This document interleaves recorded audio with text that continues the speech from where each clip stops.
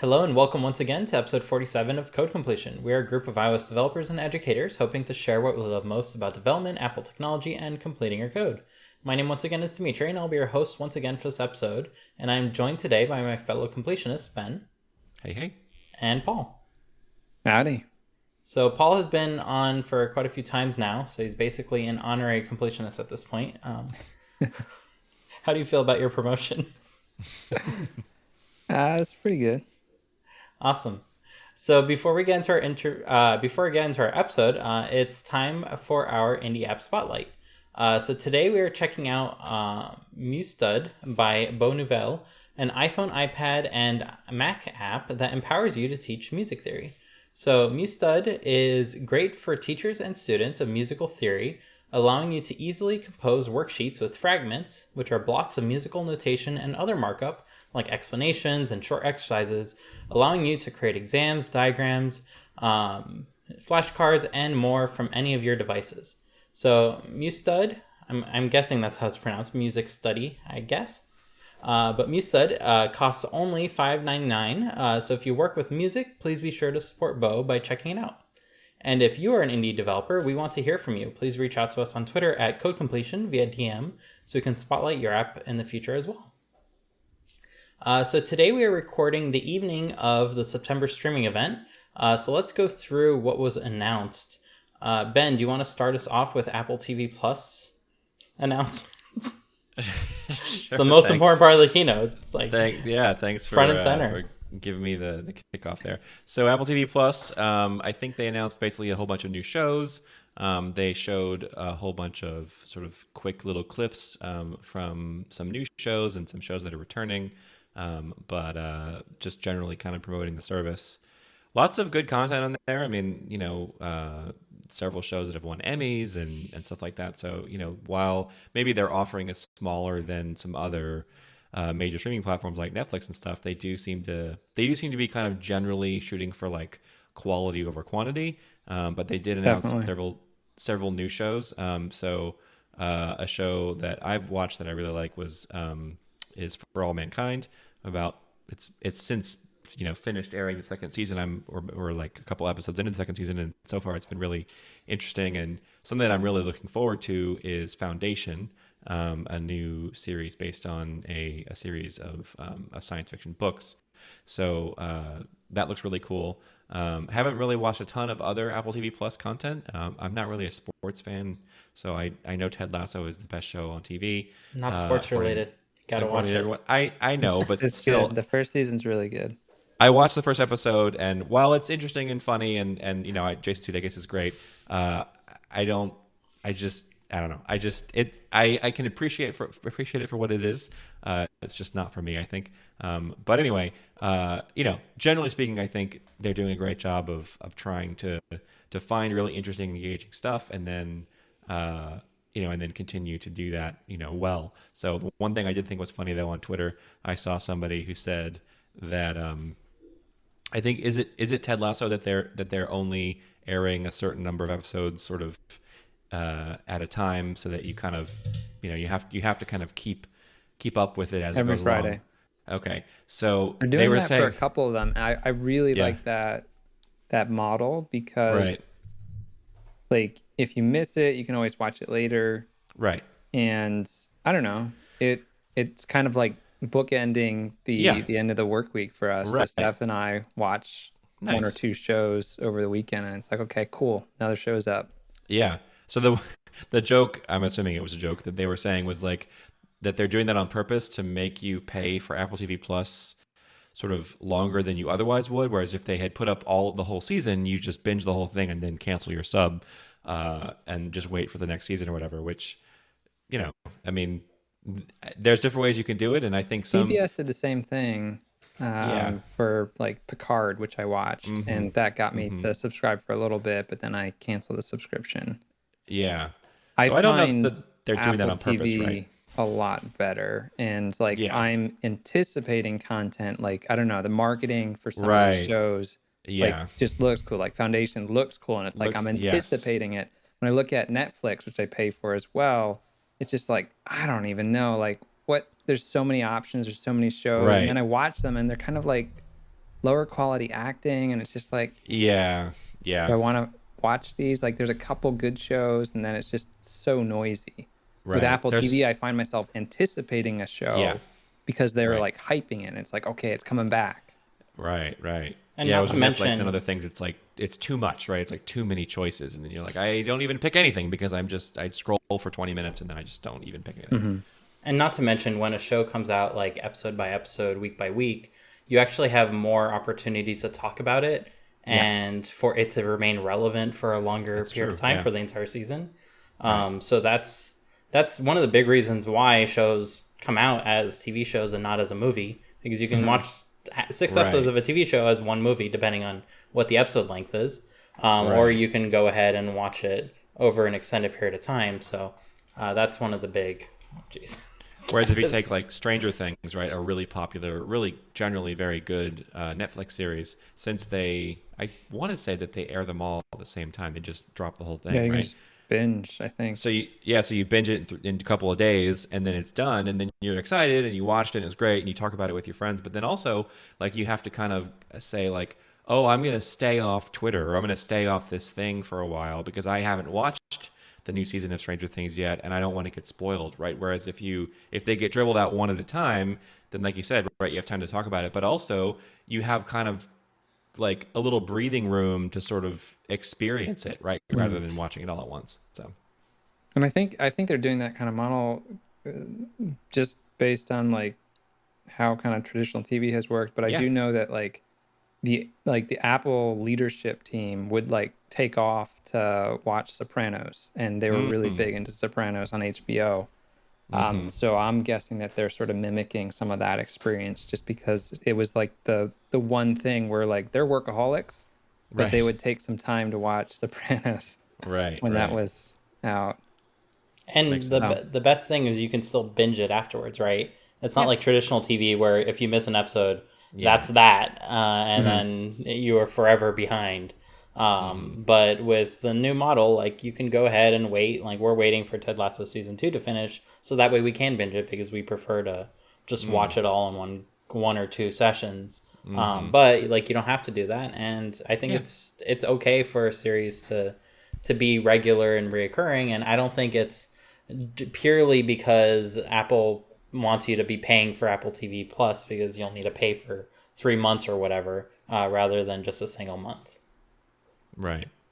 It's nice to have things to look forward to. It's overwhelming when it's like 6 new shows. Pick one. Yeah. So welcome to anime on Crunchyroll. I think Apple's doing a really good job with Apple TV. I actually just bought my first big screen TV. We've had a hand-me-down TV for a long time that was just a 40-inch, so we got a 55-inch 4K. It's been really nice to watch on the 4K Apple TV, so I'm enjoying that. Okay, so we have some other announcements. Like, that was just that was just the first one. A surprisingly long time talking about Apple TV Plus. and it wasn't all that much fluff too. I mean, the keynote was just like 77 minutes long. It was to the point, and I much prefer like Apple TV promo commercials rather than like game demos that last for like 5 minutes. Like, those are the most boring thing in the world. But a little teaser trailer for a new show, like, I'm down for that. I'll watch it. It's like going to cinemas, right? So are we surprised that they updated the, what I'll call like the regular iPad, basically the 9.7-inch home button sort of classic iPad body? I was surprised it spent so much time on it and made it sound like the chip inside the A13 Bionic was like the latest and greatest. It just was like, wait, A13, that was a while ago. Right. So it was confusing for me, because I'm like, we're really hyping up like the performance of this thing, and this is like their economy low entry iPad. Right. I thought it was interesting that they spent so much time on sort of showing you like commercial uses, education uses. You can tell that I think because they spent so much time on it, that the 329 iPad is still probably a really good seller for them. I would imagine it, especially like in volume purchases where somebody's going to buy a whole bunch, and use them like out in the field when they're doing some kind of, check on I don't know, like fleet vehicles, and you're doing like maintenance reports, or you're in a school and you've outfitted a whole classroom with them and you're doing, lessons and stuff with them. I thought that was interesting that they kind of, it's the cheap iPad and anybody can buy one, but that they kind of focus on essentially the reason why this iPad exists. For one, it's so that you can get a really cheap entry into the iPad ecosystem. But probably more importantly for Apple's bottom line, it's so that we can sell lots and lots and lots and lots of these to commercial and educational institutions, to buy like in bulk. Yeah, I guess that's one way to look at it. For a family member, my mother-in-law has been using an iPad 2 for a very long time, and I got her the iPad from last year. Mm-hmm. And I mean, she doesn't care about specs. She doesn't care about how fast it is. Right. I think she did appreciate that it was lighter and bigger screen when we did upgrade. But like, for her to look at this new iPad, it doesn't mean anything to her. It's just like another iPad. For me, I knew that the internals were a lot better when it was refreshed the last time. But I mean, it is a good device for someone who doesn't have like a computer or anything. She uses it all the time for email and anything. So it gets some good usage in her household. Yeah, and I think that's really what it's good for, right? It's like basically somebody who may or may not really want to bother with like a computer in the traditional sense, but they want to do computing tasks that are simple and straightforward. And like you said, somebody that maybe doesn't super care about the specs. They just like, I just want this to work, right? That's what I want. I want it to be easy. I want it to work. I want to do email. I want to do photos. I want to do that kind of stuff. I think this is a great choice. And if I don't currently have anyone in my life that sort of is in that exact mold, but certainly if that were to come along, this would be probably a no-brainer suggestion, right? Because even to the point, like if they wanted to like, write, maybe make like diary entries or write longer emails, whatever. It's like, hey, buy add the keyboard to it, right? And you can even have that nice experience of like you're typing on a computer, but again, it's small, portable, easy to use, easy to update, right? Like easy to charge, all those things, without kind of the complication of like having a more involved computer. Yeah, I bought one of these, not this specific iPad, but one of these low-end iPads for my grandparents, and they don't use it for anything other than when it rings, they pick it up. That's all they know how to do with it. And for that, like all it does is act as a FaceTime device. Right.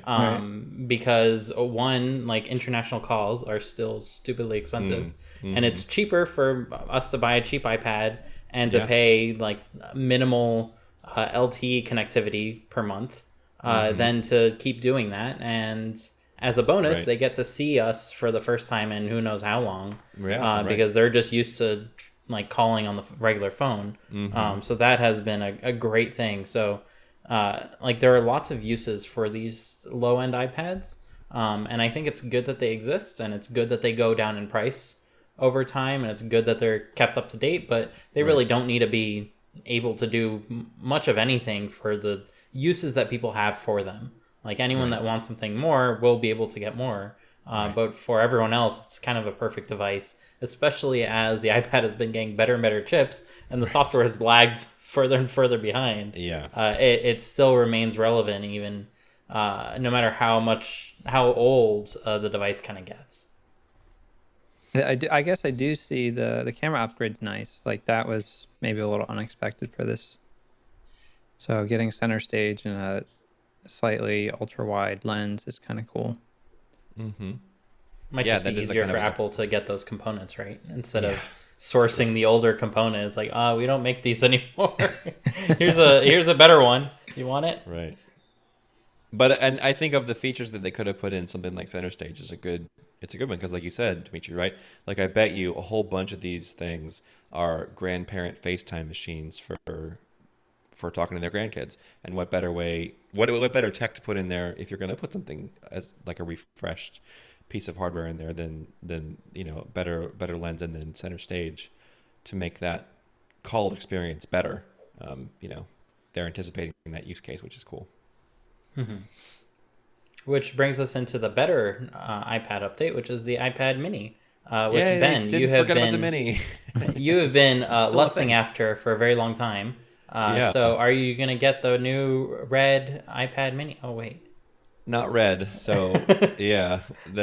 I guess we got space gray, pink, purple, and starlight, which is sort of a silver offshoot, if I remember correctly. Yeah, there's a little tint of green to it. It's a little, interesting. starlighty. Cool that it gets the A15. I don't know that did they say that in the keynote? So no, they didn't want to steal the thunder for the new iPhone. But cool it is an A15. Yeah, from like a chip perspective, it's got like parity with the latest gen devices. That's cool. Love the Touch ID and it's apparently the exact same Touch ID that's in the iPad Air in the power button. They didn't say specifically, but I would imagine that it is probably very similar in size, in physical size to the previous Mini. But because they went edge to edge screen like on the Air and the Pros, they're able to get an 8.3 inch screen out of it. It's got 5G. Yeah, whoop-de-doo. It's got USB-C now instead of Lightning, which is nice. I really wish they would just bring USB-C to the iPhones, but because at this point, what's left? I think it's the AirPods and the iPhones are the only. I think that's true. That those are the only Lightning devices left. Of course. Just the keyboard. The keyboard, all the devices, all the accessories. Yeah, just hold up the mouse. Yeah, the Apple mouse. That's true. But anyway, that's really cool. 12 megapixel ultra wide front camera with center stage, just like on the other iPad. So really, really nice upgrade. I actually broke down. I had a Mini 4, and I broke down earlier this year and needed to buy a new one because it was getting pretty kind of slow and old. So I traded it in for. I could have gotten either I don't know if they call it this, but it's essentially the 5th generation iPad Mini. Or the previous iPad, just the one that was called iPad. And I ended up doing the iPad because they actually had pretty much the exact same specs internally, but the iPad, of course, is a little bit bigger screen. It was actually cheaper. The iPad Mini was $399 and the iPad was only $329. And so with my trade-in on the old iPad Mini, I was able to end up, like my net was like $180, I think, in order to buy a new iPad. So it was very cheap. And cheaper than if I had bought the equivalent Mini. So I ended up going to the regular sized iPad for my kind of just like reading and watching YouTube kind of sort of device. And I like it. It works. It serves its purpose. It's fast enough. I do think I like the Mini size better. So probably not going to upgrade immediately, but maybe one of these days if Delta comes down and they reopen the Apple stores and I can go in and take a look at it. It might be something I might sort of upgrade in the future. I also might just take a look and see how much trade-in value this iPad has, and if it's really high, maybe I'll just swap it out. Yeah, I don't know. Well, they'll see. The problem though is that they upped the price, so it went from the previous Mini was $399. This new Mini is $499 at the lowest storage tier. So it's $100 more for. Definitely a much better device than the previous Mini, but look at all that power, A15. Imagine all the neural things you can do with it. They put the A15 instead of the M1, so they're just sort of the keeping A15 the M1 for the pros. Well, no, an A15 is a higher end, like a new generation processor better than compared the M1, to the right? M1. In theory, yeah. That would be the M2 equivalent. But that's what's so weird about the whole thing is like it seemed very clear. It seemed like what they were doing was all of the mobile devices, iPads and iPhones, were all going to get the A series chips, right? And then when they went to Apple Silicon for the Macs, they're like, okay, well the M1 is the one that's in the first gen of Macs, so it sounds like that's going to be the cadence for Mac devices. They're probably at the end of the day very similar chips, but they're going to sort of still sort of be demarcated in that way. And then they put the M1 in the iPad Pro, and it was cut our hopes up. What was up? It was like, wait, what? Like, and then it turns out that like, well, maybe that's just like going to be a one-off. Maybe, I mean, who knows? But yeah, it is weird that they kind of reset our expectations and then set them back to what we kind of thought originally, which is like, oh, you're putting the A series chips in the iPads, right? Like, so very strange. But yeah, I think a very good update, and I think if you're a Mini fan and you have a previous gen Mini, I mean the iPad Mini 5, I want to say was last updated in like 2019, maybe early 2020. So it's been quite a while since they've spec bumped that, and this is, in many ways, not just like from a chip perspective, but in many ways an upgrade. So, and it even does the new pencil, which I think is cool. And so you can order it today and it starts shipping next week. Yeah. So you order it. You order it. Looks like today. Yeah, or Friday. No, order now, ships Friday. Okay, yeah, cool. So much better than when we get to the Apple Watch. They basically gave us nothing about when that's coming out. So comparatively, the Mini is actually something that you can get in your hands pretty soon. I guess they don't expect it to ship like a whole ton of them, so they're like, yeah, just like computers are always available like when they announce them. Ship it now, it's fine. Yeah. Yeah. So then, speaking of which, the next thing is the Apple Watch Series 7, which was heavily rumored to have flat sides like the iPhone 12 series phones. And not only did it not have flat sides, but Jeff Williams actually kind of almost like stuck it to the leakers by saying it's even more rounded than the previous watches. It's curvier. It's curvier, yeah. Which I saw John Prosser on Twitter, an Apple leaker who did sort of famously leak that it was going to be flat. He did sort of tweet and say like, "Oh, this is a real, this is a real like." I forget what he said, but it was something like a real blow to my ego or something to that effect. That it didn't work out the way he thought. Yeah, honestly, I think this form factor works better than like flat edge, especially if it's not a circular like form factor like a watch traditionally is. Right. Because it's this weird like rounded rectangle, I don't think it would work as well with flat edges as everyone thinks it would. But like I think people like Apple Watches more than they like the stylistic like addition it adds to their wardrobe sometimes. So that's a fine I would say that most people who wear an Apple Watch, they either don't care at all about the style itself, right? That's not important to them at all. Or even if they do care about the style, it's not the primary concern because let's be honest, an Apple, like in my opinion, I'm a little bit of a watch like geek. An Apple Watch is never going to look as good as like a really nice, really well made, typically fairly round shaped, sort of not even the gold Apple Watch edition. No, especially not that one. Not even? To me, that one looks really gaudy. But yeah, like it's utilitarian, right? Like its function is to give you information, to help you track your health.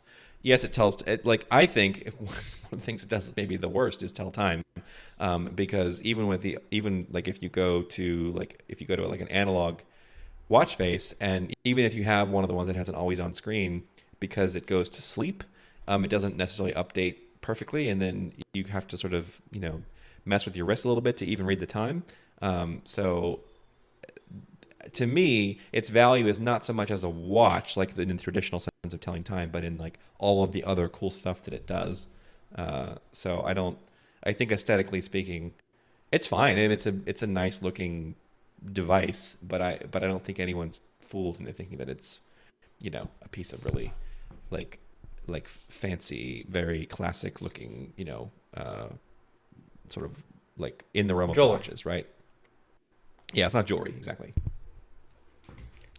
I use it just to be functional. Like my favorite part is just the fitness integration with workouts, starting to run, starting a bike ride. Right. While we're biking, I can just glance down, see how fast I'm going because I've got the GPS built in on the later models, and it's just super convenient. Yeah. I love it, and I love the integration with the Apple Fitness app now. So just being able to see vitals and stuff on screen. Right. When you're doing a fitness workout for, like I do the yoga, I've tried a couple of the lifting ones or whatever, and it's just been super nice. Yeah. So I'm not a watch geek. I don't have any of those fancy watches or anything like that. I always started with just a basic sort of stopwatch watch. And then when Apple Watch came out, I switched from not wearing a watch for a very long time because my previous ones broke to just wearing the Apple Watch full time. So I'm excited about this one. Nice. Dimitri, are you a watch geek? I previous to the Apple Watch, like a watch was the most expensive thing like I ever bought with my own money, which was like around $1,000. And I wore the hell out of that watch. And I really like the mechanical like aspects. Not one of like there's no battery in there, but the fact that there are gears, there are things that work together to kind of tell you time, and there's it's a tiny dials machine, that you can spin. right? That aspect of it, I find really compelling. And it's not at all from like the jewelry perspective, which is ironic that I brought that up previously. It was mostly just joking. And from an Apple Watch point of view, like I use it for the health stuff. I don't use it for anything else though, other than like the basic complications that I have on the watch screen. Yeah. Which is like the temperature. I use that all the time to tell if it's too hot outside to open a window, for instance. And I also use the solar face because it tells me like when the sun is going to go down, so I can plan like my day a little bit better. And I use that all the time. Sunrise. And the fact that you can switch the dial and see it move, like going back to enjoying that mechanical aspect of it, it feels like a little tiny gizmo in that fact. And it's kind of sad that Apple removed the, I forget what it was called, time travel, was it? Feature where like that would work on every face. They removed that, and it's only on those two solar faces that you can kind of fiddle with the digital crown and kind of go forward and back in time. But it's really practical, especially on the new solar faces, because you can go ahead and fiddle with exactly which sunset do you want. Do you want the nautical sunset? Do you want the civil sunset? Or you can get a feel for exactly what time those are coming and plan accordingly. So I really like that aspect of it. Cool. Interesting that they're increasing the size of the device ever so slightly to 41 and 45 millimeters, but they did announce. Is that the screen or the device size? I think the device size is staying the same. It's just the screen is getting bigger. Okay, so I think it is. I think that makes sense. Though. Then it's the screen size, right? And then the device, if it is any different size, it is so tiny of a difference that it's basically immeasurable, because the watch bands from basically since the very beginning of the Apple Watch do still fit, and that was something that people were kind of rumored to think that might not be the case, which I think would be a terrible idea for Apple to do, because I don't know about you, but I have probably 4 or 5 different Apple Watch bands. My mom has like 30. She buys the like fluoroelastomer ones from Amazon that are not the official Apple ones, but look and work basically exactly the same, and they're way cheaper. She has this huge collection of watch band colors that she loves to kind of swap out and wear. So I think that would be. I just have one. I just have the black. Nice. So I think that would be really bad if they were to say, oh, it turns out none of these are useful anymore. You have to start all over. I think people would be really upset about that. So it's good to hear that they are able to change the device to make the screen bigger and more sort of expansive across the face, the top of it, but keep it so that the overall profile and the bands still fit. So the Apple Watch band that I'm wearing is actually kind of funny, because I make most of my money on YouTube from 2 videos of showing people how to put this band on. Wow. I make hundreds of dollars a year from that. So. That's funny. And then in the keynote, they also showed off a new swipeable keyboard that's actually on the Apple Watch, so that you can now, kind of like the swipey keyboard that's on the iPhone, you can sort of swipe your finger around on the keyboard and get different words to come out through predictive text. And as soon as that came on screen, everybody that I was in my chat with when we were kind of live chatting about it was like, "Oh, look, it's the thing that a prominent indie developer produced and put out there, both with an app of his own, and then also made an SDK so that other watch developers could use it. It's an app called FlickType." Basically ended up getting Sherlocked by Apple. And one of the really kind of sad parts about that is that he was sort of harassed off of the App Store by Apple. Like weeks ago. Yeah. And then it's actually since sued Apple over it. And then now they're announcing with no, sense of irony at all, hey, we just copied your thing and turned it into an OS level feature, which, it's arguable that maybe a keyboard is supposed to be an OS level feature. I don't know. They do offer third-party keyboards on the iPhone, then they don't seem to have a problem with that.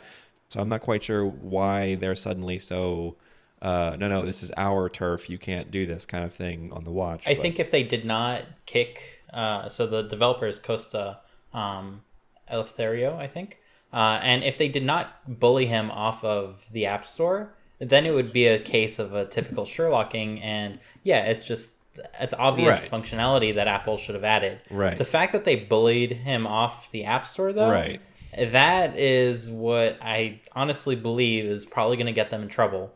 Especially because it doesn't seem like Costa is the type of person that is just going to be happy with a quick settlement, which they've probably already tried offering just to clean that up. And it doesn't seem like it's going to go in that direction. And if it does go to court, it's honestly pretty obvious that Apple has a chance of losing big time with this particular case. And it could have some major repercussions for how Apple does things going forward, from an anti-competitive point of view, because they quite literally bullied them off. They used their muscle to have their one solution before it was even ready, which is the saddest part about it. I don't know anything about that. It's tough. Was he making money on it? Yeah. And it was relied upon by a ton of people because it was the only accessible keyboard in a way that people could actually use. And it was a big shame that Apple promoted this keyboard in the past, and then they just decided one day, oh, we don't want this. And now it's clear why they perhaps had that stubborn stance, which I don't see how it would have hurt Apple to just kind of ignore the app and just come out with this anyways. It's an obvious system level feature that you want to have. No one's going to blame them for that. Probably not even Costa. The fact that they took this route, though, that's what leaves a really sour taste in many people's mouths. And kind of going back to the beginning of the keynote, Apple had this very pro-Californian propaganda thing going on, which is a little weird. Some people suggested, they're trying to hint at all their employees, don't you love living in California? Come, you want to be working here. Don't move away for us. Don't move away. That's kind of the cynical point of view that you can take. But they also didn't kind of talk about anything that they're kind of being blamed for. And they didn't address anything, and they just kind of pushed it under the rug. And that's fine for them to do. I mean, this is their day that they want to choose the image that they're kind of pushing forward. But these kinds of things stack one after another, and you slowly erode trust little by little. And at a certain point in time, it's not just us super nerds that are going to be noticing this, but regular people, and they're gonna not care about your products anymore, and that's a shame. So it is the Apple Watch is IPX6 dust resistant and also WR50 swim proof. I feel like that certification is new. I know that you could swim in the older versions, but I don't know that they've ever actually touted the sort of code that represents that value. So that may or may not be. I thought it was a deeper. Is it? You can go deeper and longer or something? Yeah. Maybe there's no not dust longer. resistance It's the same time period. Okay. For the. Just deeper. Yeah.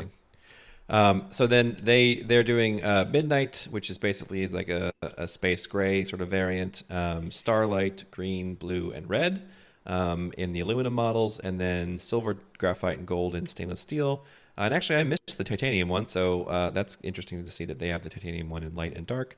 And then, like I said ceramic before, compatible with all the existing bands. Right? No ceramic this time, which is unfortunate. If I was going to go for a more expensive Apple Watch, ceramic might have been one that I would have chosen. $399 for the Apple Watch, starting at $399. And interestingly enough, the Apple Watch Series 3 is still for sale. They're still going to keep selling it, which at this point is what is that, four versions old. So interesting that that's still on, like available. It lets them compare the screen sizes. They've got it listed on the three That's sizes, so true. they can show you how like It's an tiny the original upsell. screen is. Because if you just compare like the Series 5 and 6 against the 7, you're like, well, it's a little bigger, but not that much bigger. And then you look at the Series 3, you're like, wow, is this a prototype? Like, by comparison, it looks the screen's so much smaller. So then you're like, I want the bigger Right. one. That's good. That's a good Marketing. call. Yeah, marketing. The other Not thing Johnny is, Ive on you talked Twitter. about brightness before. It is 70% brighter indoors, they say, when it's nice. when it's always on mode. not when it's not active. Cool. That's good. So that maybe will help you to see it. Right, because it's very dim when it's not like on. And then interestingly, available later this fall is what they say. So they didn't announce anything about like pre-orders or anything, right? It's just like straight up here. This is all the we thing know is we there are made. shortages. We will not be giving you any more information about how or when you can buy it, other than just to say this fall, very generically. Which, I mean, I guess that does mean there's a time limit, right? It's December 31st of this year is kind of when that is definitely expired. But yeah, interesting. I would assume that it's related to like chip shortages and other supply chain issues that the whole world has been experiencing this year. But probably not their favorite thing to say. Hey, look at our amazing new cool thing that you can't buy, especially going into the Christmas buying season. That's not what a company wants to say. But I also get that they may not want to commit to something that they can't necessarily actually make good on. So rather be kind of vague than to be specific and then get it wrong. Yeah. Going back to the Series 3 a tiny bit, not Johnny Ive on Twitter joked that in like the year 2097, there's going to be the brand new Apple Watch 97 or whatever, Series 97, and joined by the Apple Watch Series 96 from last year, and the Apple Watch Series 3, because it never seems to be going away. They're just skipping generations in between. We're joking about this, but it's actually an issue mostly for developers, because that means that the Apple Watch Series 3 has a few more years of OS support that as developers you need to support if you're writing watch apps. And that, as you can imagine, is severely limiting because of the expanded capabilities of the later models that are much, much faster and much, much more capable. Your app could essentially be crippled on the Apple Watch Series 3, and you need to take the brunt of that customer service. Do you have to support it? Like, can you opt out by having certain features enabled or not? Well, if the feature is I need a speedier watch, then you're out of luck. So, you are left as the developer with the customer support burden of that. You can't just say this is not available on that model. You can say it's not available on this OS, but this model is going to support, going to continue to be supported. Or watchOS 8, for several more years, especially since it's being sold now. And it's probably going to be the most common watch, just because it's the cheapest. So what is the SE? Which one is the SE? So the SE is basically an updated model of the Series 3 with like new silicone in it. Okay. But it does not have all the fancy features of the Series 5 at the time, I believe. Okay. So it does have the bigger screen. Last time? Yeah. It came out last year to replace the Series 5. Okay. So and it has the bigger screen, the more edge-to-edge screen, but it's basically like a warmed-over version of the Series 3 is what you're saying, like slightly upgraded, like... Yeah, everyone would have hoped that Apple would make that model the cheapest model. Right. But they're still offering. They're going to be offering the 7, the 6, so that the current one, the one before it, which is very standard Apple, right? And then also the SE, which again kind of makes sense. I mean, they're still selling the iPhone SE, amazingly enough. But then they're keeping the Series 3 around also for some reason. I guess it's because probably from a price bracketing point of view, they want to cover kind of all of the price points themselves, right? So that they don't end up people don't or go it's the only somewhere parts else. they have in stock. Or that's true too. I feel like this is doing more service to Apple than the consumer. Like for instance, my aunt went in to buy a new iPhone a few weeks ago, and instead of pushing like the best iPhone that she could get with like what she could afford, they were pushing an older model, which does not make sense to me. Like I would never tell her like get the lesser model. I'll give you the extra money to get the higher model because it's going to last longer. It's not going to like burden you for as long. So it was quite surprising to me that they were still pushing that. And I feel it's very much like they have a certain amount of parts that are already prepped for these older models, and they just want to get rid of that inventory as like much as they can. It's not really about setting price points for customers because like a customer is going to pick either the best one or the lowest one, not necessarily in between.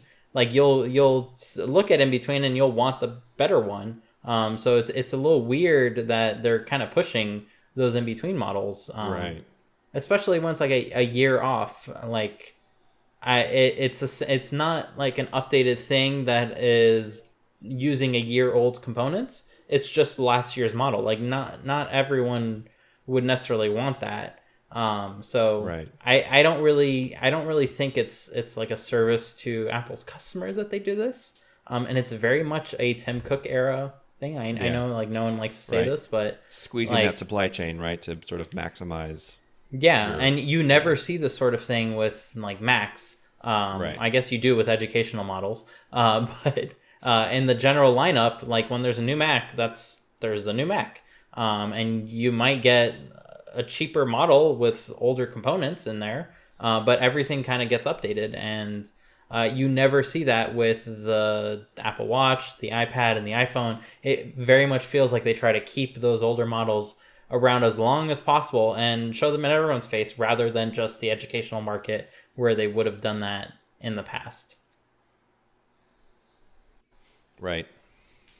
So I'm gonna guess that this is gonna be our last year of seeing the Series 3 on the table. Yeah, I would hope I so. am also really excited about the blood oxygen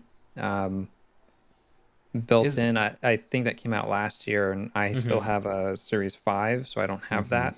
But I've been playing around with some breath work. I've read some books, Breathe by, I think, James Nestor, and The Oxygen Advantage, and they talk about some breath work and using blood oxygen sensor to sort of check how breath holds are impacting your ability to sort of work through lower oxygen levels. So I'm interested to explore playing around with that from a fitness aspect. You might be a little disappointed. Like it's mostly a check of you have a healthy oxygen level or you have a very unhealthy oxygen level. So there's no numerics? There is a numeric, but it's either healthy, like around 90%, or not healthy, which is much less than 90%. So I guess if you're a healthy individual, you're not going to see any variation. I guess if you were to catch COVID, that would be useful a useful metric to have. Okay. But it's not something that you can like do anything with, if that makes sense, other than like know that you have COVID and freak out about that, I guess. So I can't actually get the number because you can get the number, but anything you do is probably not going to influence that number, if that makes sense. Like it's not an accurate enough reading to, like, if you breathe a certain way, you're going to. You're saying. Yeah. Yeah. Right. Okay. Okay. Because it's just reading it through your skin. It's like doing a best. Well, I'll have to play. Best guess. Yeah. I'm still excited. So don't read on Paul's parade, all right? I'm so sorry. On the fitness side of things, we have a brand new update to Apple Fitness. Yeah, they spent a surprising amount of, I guess not a surprising amount of time, but they spent a lot of time on Apple Fitness, and I think probably for good measure. So 4K video is something that they're now doing. Didn't it already have that? Like I felt like they made a mention of it, so I guess they didn't. Maybe they were 1080p videos. Yeah, I mean, I've been doing it on my 4K TV, and it's been crisp. And I don't think I've been looking at 1080p video. Maybe they weren't recording in 4K. So, like a common trick of the industry is nothing you watch in 4K was actually recorded in 4K and processed in 4K. Like they'll record in 8K, then they'll downsize that to 1080. They'll edit the whole movie. And then they'll be like, everyone wants it in 4K, so they just up-res it. And that's like the dirty secret of how every movie is made. And if you want actual 4K stuff, you need to watch like YouTubers, because they actually care about like keeping that process as high resolution as possible until the very end. But yeah, so maybe it was similar for Apple Fitness, where they weren't really doing any of the processing in 4K. They were just kind of recording, cropping, and then like the finished product was in 4K, but not natively, right? Like they were up-resing it, So ski workouts are also a thing, which as someone who lives in Florida, I don't really care about. But cool. I mean, it's cool they added it. I think the thing that's most interesting in the hurricane. Yeah, I can pretend. Yeah, I think the thing that's most interesting about what they announced though is that they are bringing group workouts to over FaceTime using. I want to say this is using the SharePlay technology that they announced with 15 at DubDub, but which I think did actually get pushed out of scope of 15. Right, yeah. Like it's coming, but it's going to come a little bit later in the fall. So I would assume that I didn't notice whether this was true or not, but I would assume that means that this specific feature of fitness is also something that's going to be coming. Obviously, once that sort of technology ships, and they'll be able to incorporate this feature. But I think group workouts is really, really cool. As much as Fitness Plus is interesting and sort of additional like vector into fitness classes and stuff for everyone. I think being able to do it in a group setting in particular currently, where, even though we were maybe kind of getting out of the woods and then we're kind of not getting out of the woods with COVID because of Delta and stuff, I think it's really cool that they're bringing that to Fitness Plus so that you can still kind of have that interaction like with friends and family and work out together, but do it in a way that is socially distanced. Well planned. Yeah, exactly.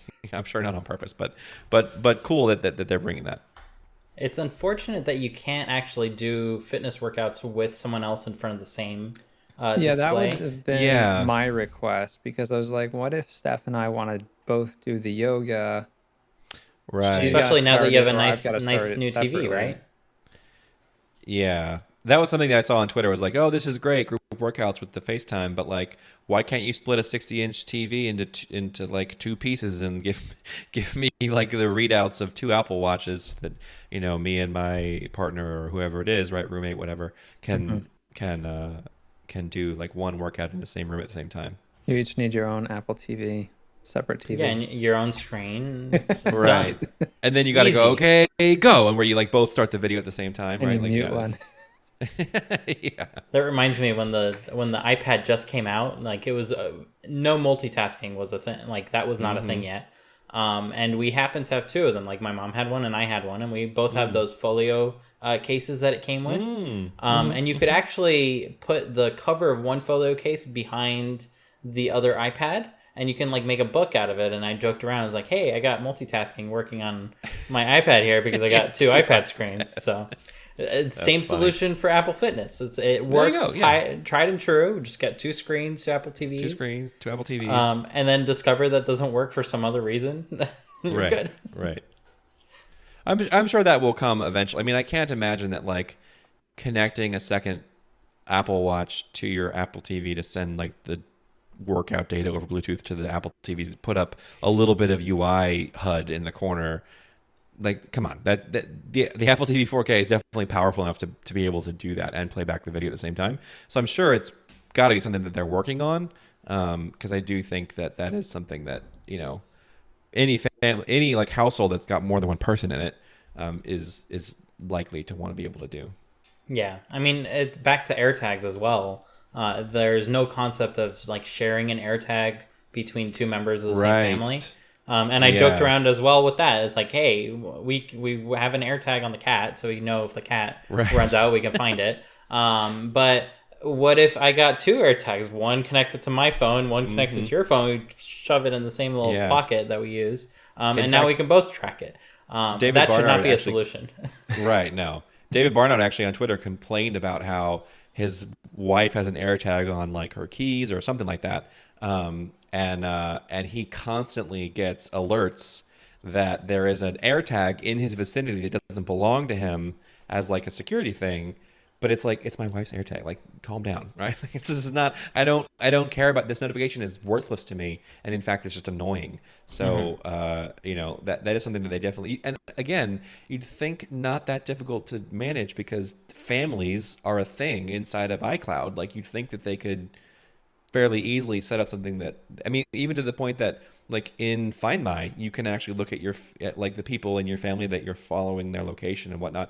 You can also see their devices. So again, like the system understands what a family is. You'd think that they would have thought of, oh yeah, I want to be told when an AirTag that I don't know about is near me. That's a thing. But like, this is not my AirTag, but this is an AirTag that I'm fine with being nearby because it's like on my wife's keys, right? Like that's a very common use case that you think that they want to solve for. Look at that for AirTags too.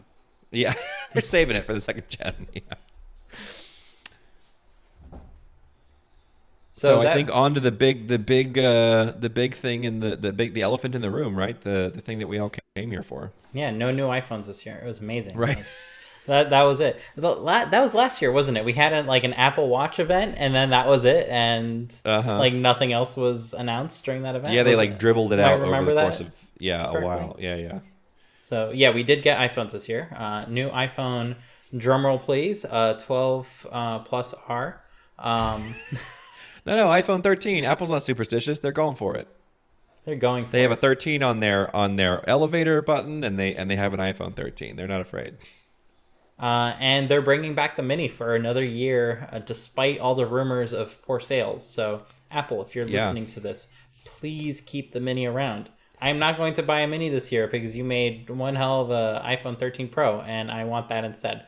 But if you came out with an iPhone Mini with the Pro cameras, then that would be a different set of equations going off in my head. Because I really, really love my iPhone Mini.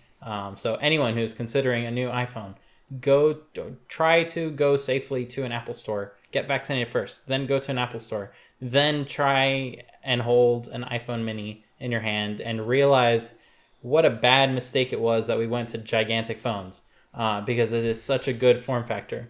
That is all I have to say about that. All that being said, he's buying an iPhone 13 Pro.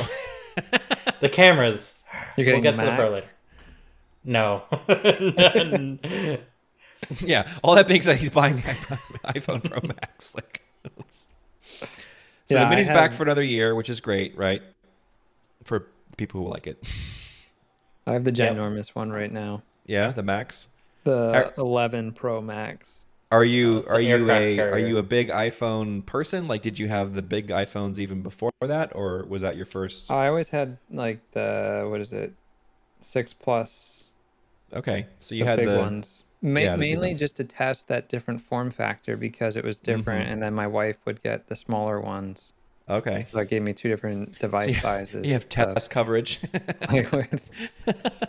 I think my next one is definitely going to be the smaller Pro. Okay. I don't want the Max. I want something a little smaller. I mean, this is a hand workout to hold. Yeah. It's so big. Get the Mini. So, the Mini is so nice. So tiny. I like the screen size. It just hand fatigue and stuff. I don't know. I am minorly tempted. So I had the 6 Plus, and then I actually sold it mid-cycle to buy the smaller phone because I couldn't take it anymore.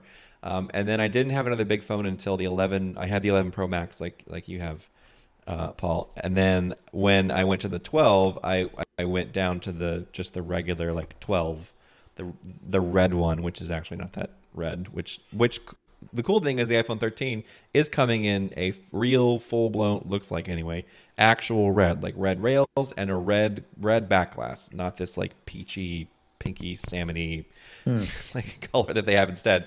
But I had the 11 Pro Max, and I liked it, but it was heavy and it was also just unwieldy large. And when they went to the MagSafe, I really wanted to get a pop socket again because I really like them, but I didn't want to have to stick one on permanently because it would mess with I really enjoy the MagSafe charging and stuff. So earlier this year, PopSocket came out with a MagSafe pop socket so that you can, it actually attaches both to the ring of magnets and also to the sort of little bar of magnets below. So not only does it stick really well, but it also doesn't rotate freely on the back of the phone, which would be annoying.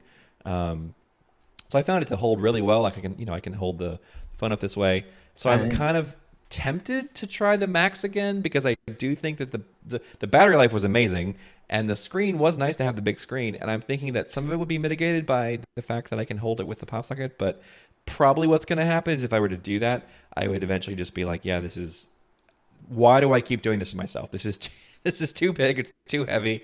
It's more than I need. So I'll probably go with like the 13 regular Pro rather than the Max. Yeah, the one downside to the Mini, like other than it just being smaller, like you can bring it closer to your face, it appears bigger that way. Is the battery life is rough. And that's usually fine in a world where we have like tons of chargers everywhere. And I'm not like going out for an extended period of time and like know that I won't be able to charge. And the little battery pack kind of helps with that. But yeah, the battery is rough on the Mini, which is good because this year we're getting 1.5 hours more on the Mini and then 2.5 hours more on the standard from like their baselines of last year. But I think the iPhone 12 had like rough battery life around like for everyone. Did both of you feel that? My 12 definitely has not. It was pretty good at the beginning. It's gotten seemingly a little bit worse throughout the year that I've had it. And in fact, if I go into the battery settings and go look at the health, I'm at 88% maximum capacity from what it was when it was brand new. And I feel like a 12% drop in capacity over like pretty much exactly a year seems a little high. Like it seems like a pretty large reduction in battery capacity. And I don't charge it. I don't think I charge it like too often. I basically charge it overnight. What's your capacity at? It's 88%. So I lost my 12%. iPhone 11 Pro Max is 87%. Yeah, and you've had it since I would assume the 11s came out, right? Yeah. So you've had it a whole another year longer, and you're at like 1% less than mine. So so I think maybe they don't hold up quite as well. Interesting. Which is particularly kind of annoying because coming from the 11 Pro Max, which had like, in my opinion, like an insane amount of battery, it was like always, I was pretty much always ending the day with at least 40 to 50%. I mean, I'd only use maybe like half at most. Whereas this thing, I can get it down into like the under 30% range by like dinner time without even necessarily using it a ton. So I'm interested to see, how well these, like if these improvements they talk about are actually, if they're true. Yeah, mine is regularly in the 15% range, like towards the end of the day. Yes. Which is like fine because I'm not plugging it in like at all during the day. Like it's just on my desk or in my pockets. I'm using it like constantly throughout the day. So I don't think that it should be any better. It is a smaller device. But it is going to be nice to have something a little better. And it seems like it's because the new devices are thicker and are heavier than the iPhone. Right. Something we actually forgot to mention in the Apple Watch that I thought was a particularly nice call out is that they, on the Apple Watch Series 7, 45 minutes to get from 0 to 80%. Yeah, the fast charging. Right? Fast charging. So they improved the charging system on the Apple Watch. And even, I think they said 5 minutes or 8 minutes, something along those lines. 8 minutes to get 8 hours of runtime. 8 minutes to get 8 hours of nighttime, like sleep tracking. So like if it's low at the end of the day, you can throw it on your charger for 10 minutes while you're brushing your teeth or something, and then put it back on to sleep with, and it can track an entire night's worth of sleep, which I thought was a really cool, like specific use case that they kind of built a charging scenario around, because I do think that has become a pretty popular use case. Is people, they wear it during the day for whatever, and then at night they wear it specifically for sleep tracking. And I think that's cool that they kind of built a charging scenario around that, knowing that people are going to do that. That's something I really like about the watch, is that Apple seems to have really paid attention to the things people actually use the watch for, and then they've tried to kind of specialize the watch around those use cases. Whereas if you look at like the Series 0 original Apple Watch launch, they didn't know what to do with it, really. Yeah, like all over the place. So cool that they've kind of boiled it down to the thing that people really want. So anyway, not to distract from the iPhone, but I wanted to point out that it was cool that they specifically addressed charging with the watch. Mm-hmm. And if you do upgrade your watch like every year or every 2 years, like a lot of us do, you can always use your old Apple Watch at night. Sure, which is something I do. Like your I use day my watch and your night watch. Yeah, my day watch, which is my new one, and then when I get ready for bed, like my day watch usually has just died. At which point I put it on the charger and I grab my older 2-year-old watch, and I use that one at night, and then in the morning I swap again. So like just because you have an older watch, like maybe you can't give it to anyone because the battery is like not as great as it was when it was new, especially if it's like 2 years old. You can still keep it and use it, and get some use out of it. So you won't get the fancy like heart attack tracking when you're sleeping kind of functionality. Not that that's like what it does. Like whatever the limitations are of that model that you're going to be using, but it is a good use case for an older Apple Watch if you want to continue using it and feel like you're not just adding to tech trash over time. So back to the iPhone 13, smaller but slightly taller notch. They didn't really call this out at all in the keynote, but that is the case. I heard 20% sort of less wide, skinnier, but it's slightly taller than the previous notch. Think of all the pixels you now have available. Yeah, so slightly taller, but by hairline. But thinner, like not as wide. So does that affect pixels, or is that? Well, it does add more pixels to the screen. Yeah, more pixels that aren't underneath the notch. So. For the height though. Oh, I don't know how much taller. I think it's a tiny amount. 2 pixels, I would say 2 points at most. And I think the reason why they did this is, again, on the Mini, there's actually not enough room on the control center part, like with all the widgets there. They do crash into the notch. So I think it's mostly they just move things a little tiny bit just to make a tiny bit more room in those scenarios. The larger phones, obviously, they had plenty of room. But since they did it there, they probably brought the same arrangement for the cameras all the way up. Right. So 1200 peak nits brightness, and then 800 nits for UI when the content is outside.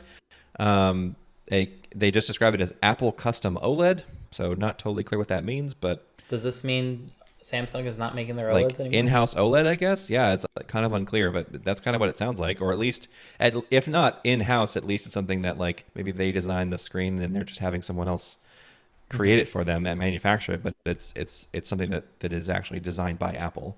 Then they sort of properly show off the A15 Bionic, which they had actually already showed us in the Mini, but it didn't talk about it. So new 16 core neural engine with something like 15 trillion calculations per second or something, some just like truly insane number of raw horsepower in the neural engine.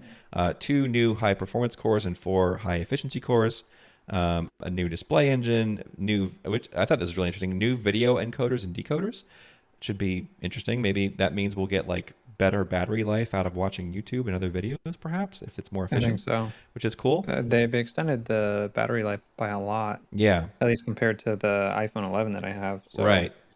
Double the system cache, a new image signal processor, and then, of course, the neural engine that we talked about is now faster than the previous one, which is kind of nuts because the A14 chip was already a beast of a chip and could do amazing things and was already kind of pulling ahead of a lot of the competition. So the A15 is just sort of an additional dunk on top of that. And they even said as much, that kind of when they talked about it, that, you know, our chips, even our old chips, are faster than some of the competition. And so we're pulling even the leading ahead. Competition. Do you think the leading competition was the iPhone 12 in this case? Yes, that would be pretty funny if they they don't say who it is, right? But it could be, it's like, actually, we're competing against ourselves. Mm-hmm. I think we'll see modest like improvements this time around, because usually they call out how much of an improvement is from the previous year, right? Right, yeah. Did they mention if it was a 5 nanometer process? They rather did, than yeah. A 7? So it is 5 nanometer, which I want to say the 14 was 7. Is that right? Yeah. Yeah. So they've shrunk another 2 nanometers, which is pretty cool. And something that lots of companies have not been able to figure out. So Interesting that they got that far. Diagonal cameras this time, so rather than on the iPhone 12 series phones, the cameras were vertically aligned straight up and down. These are sort of catty corner now. They're diagonal across the square sort of foot on the back of the phone. They're now diagonal, and then they put the flash and the microphone sort of again on the other two corners of that square. A 26 millimeter focal length on the wide lens with sensor shift, which is pretty cool. They brought this sensor sort of technology where the sensor itself can actually move to combat against motion, like handshake or whatever. That was in the previous Pro series phones. They've brought that down to the iPhone 13 and 13 mini, which is pretty cool. It's nice that they kind of take the tech and as it matures, they democratize it down into the lower, the lesser expensive versions of their devices. Slightly heavier and thicker, and then really cool. Again, something that I wouldn't have thought only would have been maybe available in the Pro models, but actually it's coming to all 13 series phones. Cinematic mode, which creates shallow depth of field. You can do rack focus, and you can shift that, which is shifting the focus from, let's say, near to far or far to near. A really common thing done in movies, and now you can actually do that on your device, and you can control it yourself, but you can also let the phone do it for you, which is bonkers. They talked about things like, let's say you're recording someone and they're near the camera, so their face is perhaps filling a decent portion of the frame, and they're looking towards the camera, or at least they're looking sort of in the general direction of the camera lens, and then they shift their eyes and look away from the camera. The system will dynamically shift the focus from them to bring them slightly out of focus, and then focus instead on the things that are behind them.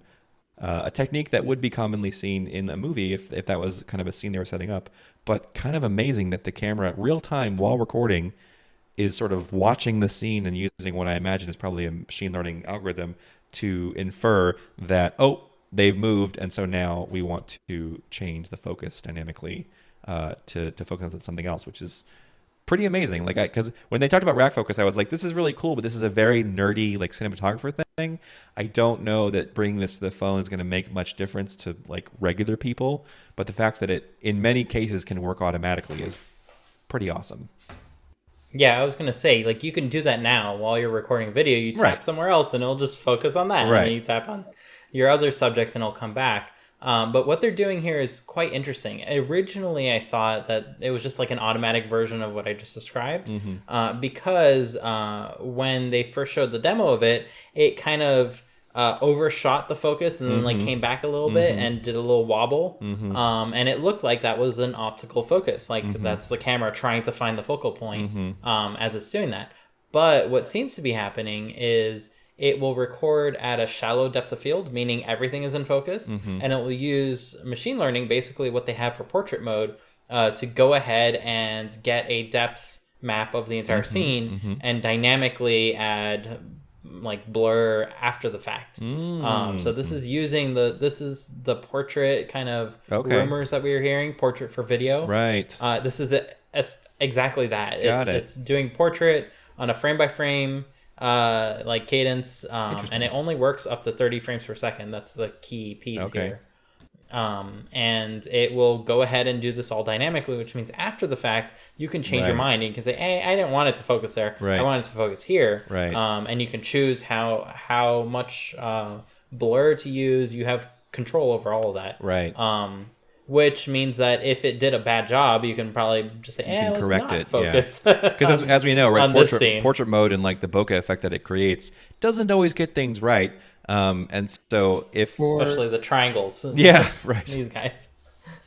For me, the thing that's annoying is if you have like a closed loop or anything, that loop on portrait does not get the effect. So and even like other doesn't even have to be fully closed. I was just taking a couple.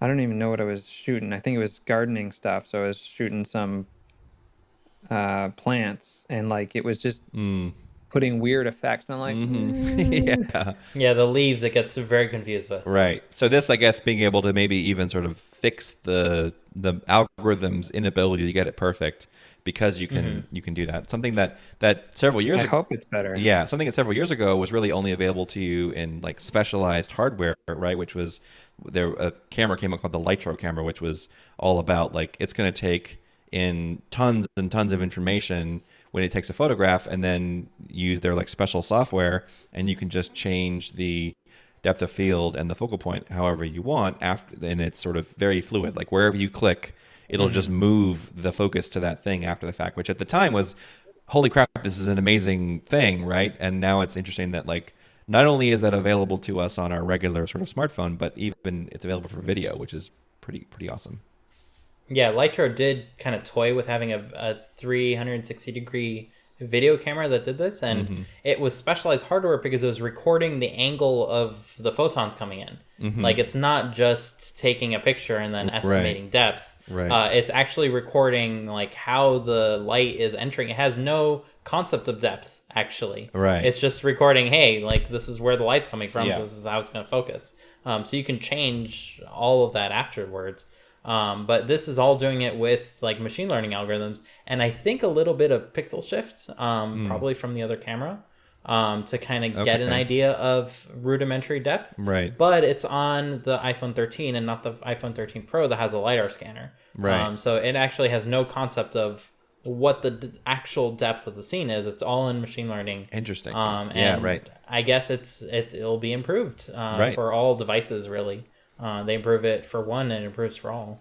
So then photographic styles, I think maybe I understood this one the least, as far as like what it's actually doing and how it it's differs. Like filters, but while you're taking, right?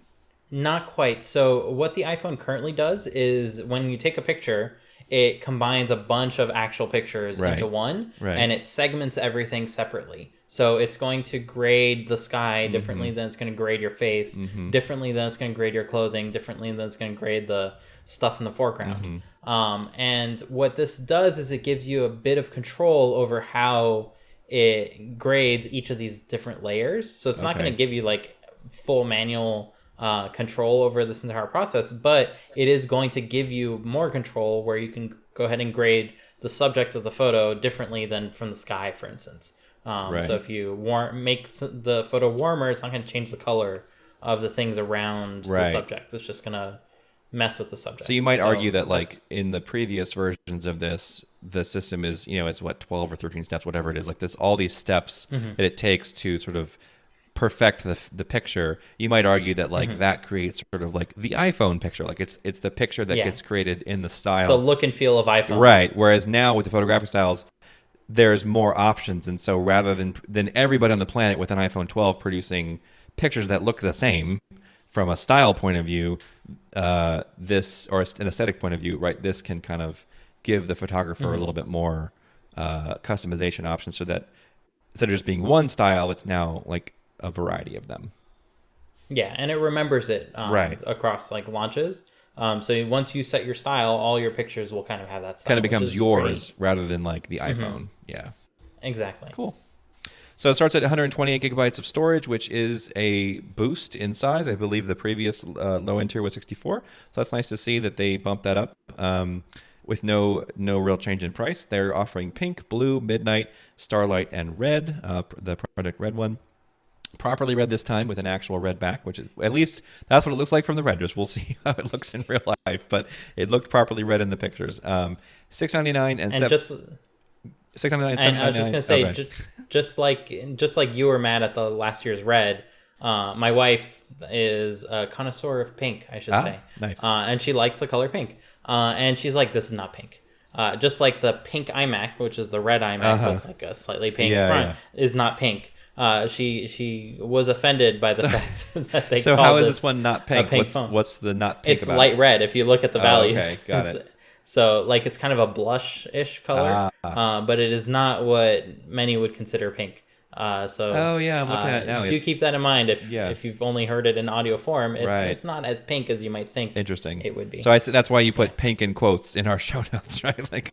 Yeah, just like last year, it was red. It was red in show. Yeah, exactly. So $699 for the mini and $799 for the regular 13. At least that's the starting price. If you go up in storage, of course, it's going to cost more. Between 1.5 and 2.5 hours better battery compared to the previous gen. pre-order on Friday, and the first batch delivers the next week. So again, unlike the Apple Watch, we actually know when we can buy it, and we know when we're going to get it. Nice. And that leads directly into iPhone 13 Pro, which comes with a fancy Super Retina XDR display. And this kind of leads back to the new display engine that the A15 has, because this model of iPhone has promotion. And it's a special kind of promotion. Instead of just having like 30, 60, and 120 hertz, which I believe is what the iPad had. Right. So basically, it would dynamically switch between these different cadences. But this promotion kind of adaptively changes based on what you're doing. So it's more of an evolution of the watch promotion, where it kind of slowed it down to 1 hertz, so that way you can have the always on display.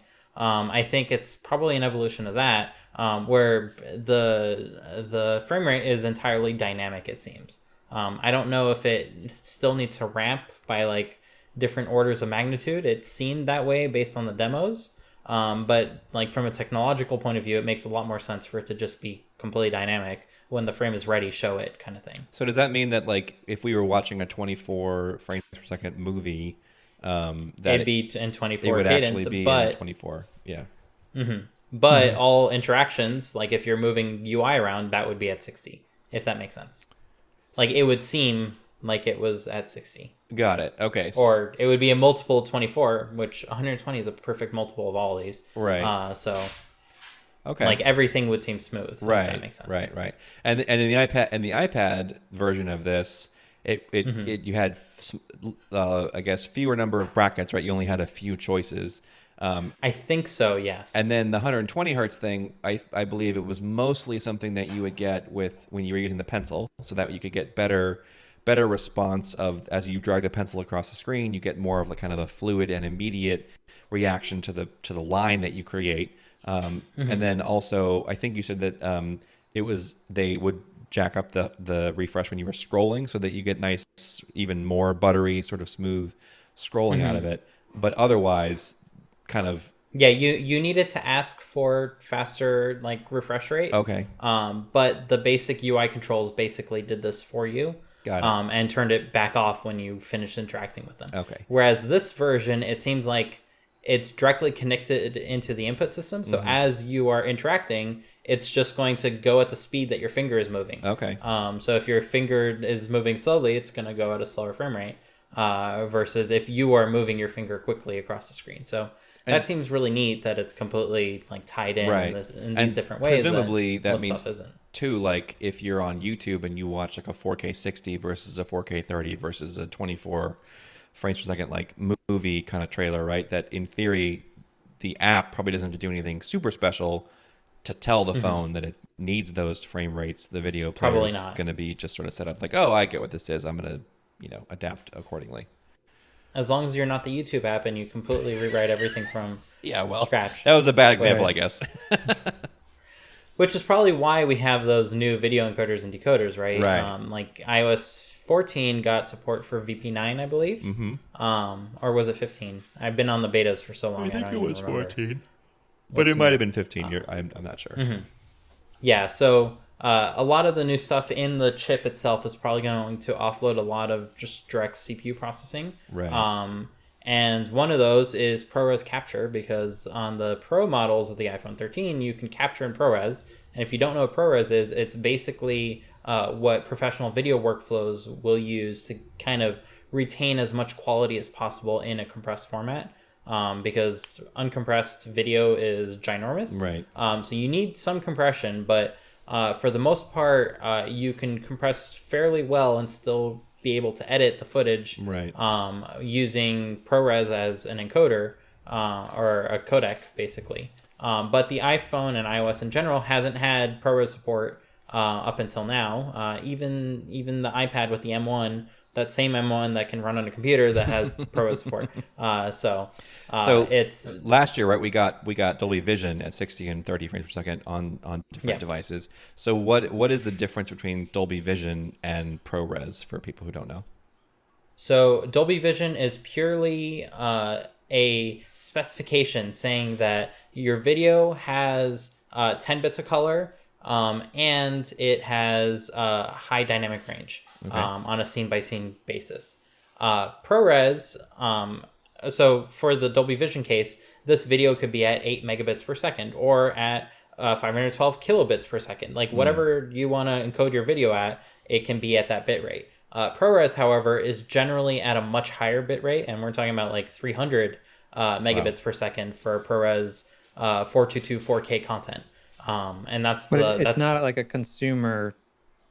Like, yeah, you don't want to be sharing files format. Like this it's willy-nilly. Just for content creation versus Dolby Vision, which is for consuming. So that's like when you're watching Game of Thrones or something like that, you want it in that high dynamic range so that you have the brights and the vivid colors. So yeah, ProRes is kind of HDR agnostic in a way. It's just recording the data, and then you're free to interpret that data any way you want because it contains all that detail. Whereas if you were to record at Dolby Vision, like with an older iPhone at Dolby Vision levels of quality, that might look great, but if you try to change the color afterwards, you're going to now get banding because you're bringing color from nothing. Right. Whereas the ProRes version would have that color still encoded. So like with Dolby Vision, right? You talked about it being 10-bit, and that is I think I'm getting this right. That is considered bit depth, right? Which basically is how many bits is it using to represent color. And so the more bits you have, the more room you have to describe color individually. Therefore, the wider gamut of colors you can represent. Whereas if you had 8-bit, you'd have literally less space to store a given color value. Therefore, the difference between colors would be not as great, right? So so you can't, like you said, right? You can't necessarily express the color in the way that you'd want to create that really vivid sort of separation. Yeah, and ProRes is up to 16-bit to give you an idea of like the level of headroom there. Right. So you're recording a whole lot more information. You're preserving that information through the encoding process. Like, even if you have 10 bits, if you're encoding that at 2 megabits per second, you now have blocks all over the place. And those are 10-bit blocks, but they're still blocks. But they're still, right, Yeah. So with ProRes, you generally have a lot more headroom there. There's different flavors of ProRes, one for like lower quality proxy media and one for you actually want to be editing with this.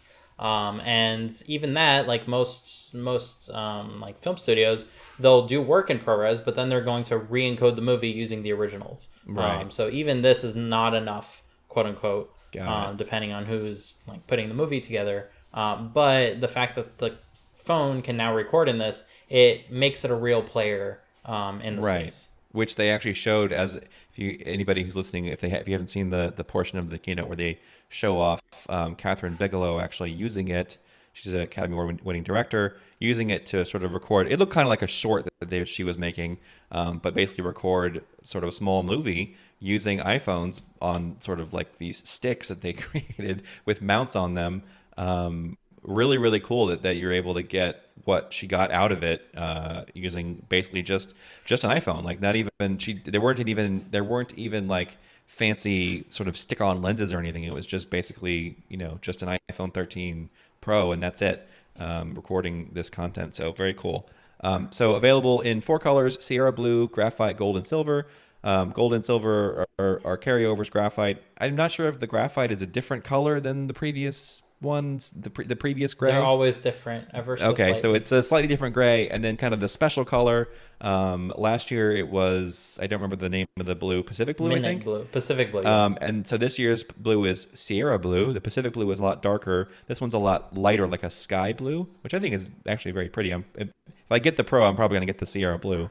Ceramic Guard front glass, which is fairly sort of an iteration. Less scratching, right? Less scratching. My phone is scratched to death. Yeah, my 12 is actually pretty scratched up too, which that'll be good if that's improved.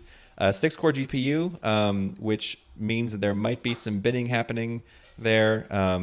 Again, the same 1.5 and 2.5 hour better battery compared to the previous gen. A 3x telephoto lens, which is pretty cool. 3x optical zoom, 7mm focal length. So a really great like portrait lens. It's the focal length on it and the zoom and everything is all kind of set up to make it really, really good at portraiture. When they showed off some really amazing portrait shots in their examples. The ultra wide has autofocus. There's also now officially a macro photography mode, which is pretty cool. You can get up to 2 centimeter close-ups, which is super cool, super nice. Yeah, I'm excited for that. And even the regular wide lens is also improved. Essentially, the entire 3-lens camera system has been improved all the way around. And like we said before, ProRes capture mode. So a lot of good stuff. In the comments that I was looking at when we were doing kind of a live chat, and I think also in some of the stuff I've seen on Twitter and whatever, people were like, meh, whatever. Like people didn't seem to be that impressed with the 13 Pro, but there certainly are things in here that maybe like the average person isn't going to care as much about, but still a pretty dang impressive set of improvements, considering that the 12 Pro and 12 Pro Max was already an amazing phone, and even the 13 or the 11 before it was amazing too. So pretty awesome that they just continue to improve and make better everything. And really, I think the story around the 13 Pro is all about the camera. The cameras themselves, and then things like the sort of the support within the camera, like ProRes support, is really kind of the star of the show. And then things like the video encoders and stuff being improved on the chip, all kind of create a story, which is that this device is now a really serious camera system that you can use for all kinds of things. And it's got better dark photography. Yeah, so improved nighttime. Yeah, improved nighttime. Yeah, which is also and that's awesome. that's Which is been always really welcome. good for me.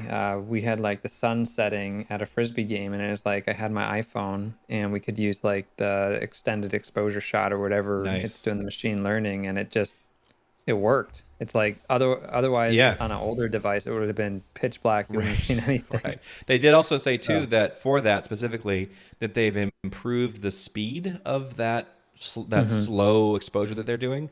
So that, because the downside to using it like that, right, is like you have to hold the phone pretty still in order to make it be crisp. And so if you can make that time less, then there's less of a chance of the person holding the phone to shake it and then cause sort of a bad photo. So they've quickened the machine learning stuff that they're doing to make that whole time just be shorter. So I think between that, the macro lens, and the telephoto, that's like super exciting for me. Yeah. To upgrade. Yeah. The telephoto is definitely something I've missed with the Mini, and the only reason I took the jump on the Mini is because I knew my wife was getting the Pro model, right? So I knew we would have one good camera of the two of us, and we've used her camera specifically. I was like, grab your camera, because that one's better because you can go ahead and get closer. And with the addition of the macro photography, like that is something that really drew me to buying a camera. Like it was a point and shoot, but a fancier one. And that's something that drew me to buying that specific model 20 years ago. What feels like 20 years ago at this point. And that's something I sorely missed with the iPhone. Like, yes, you can get like special lenses to futz around with it, but you end up with like a little circle around your pictures because it doesn't line up with the sensor very well. So I'm really looking forward to having like proper macro photography, and that's why I'm probably going to get the Pro model, despite thinking that it's like aircraft carrier size compared to... And like I switch on like a daily basis between my little tiny one and my wife's much larger one whenever we need to take pictures and check things out on each other's devices. And she is lusting after my small phone, and we both like the cameras on the bigger one. So like I really hope that Apple can kind of crack the nut on having an iPhone Pro Mini in the future. However, if you compare the size of the camera like module on the Pro, like if you take a look at the Mini here, like for anyone watching on YouTube, you can kind of see my camera here. The cameras on the Mini like go up to roughly the halfway point. If you were to put the Pro module on here, it would go up to where my finger is, which is just ridiculous on the size, like mostly camera. Phone. Yeah. And you don't really think about that when you look at the back of the phone. It's like, yeah, it would just be a little bigger. No, it would be significantly bigger on that smaller phone.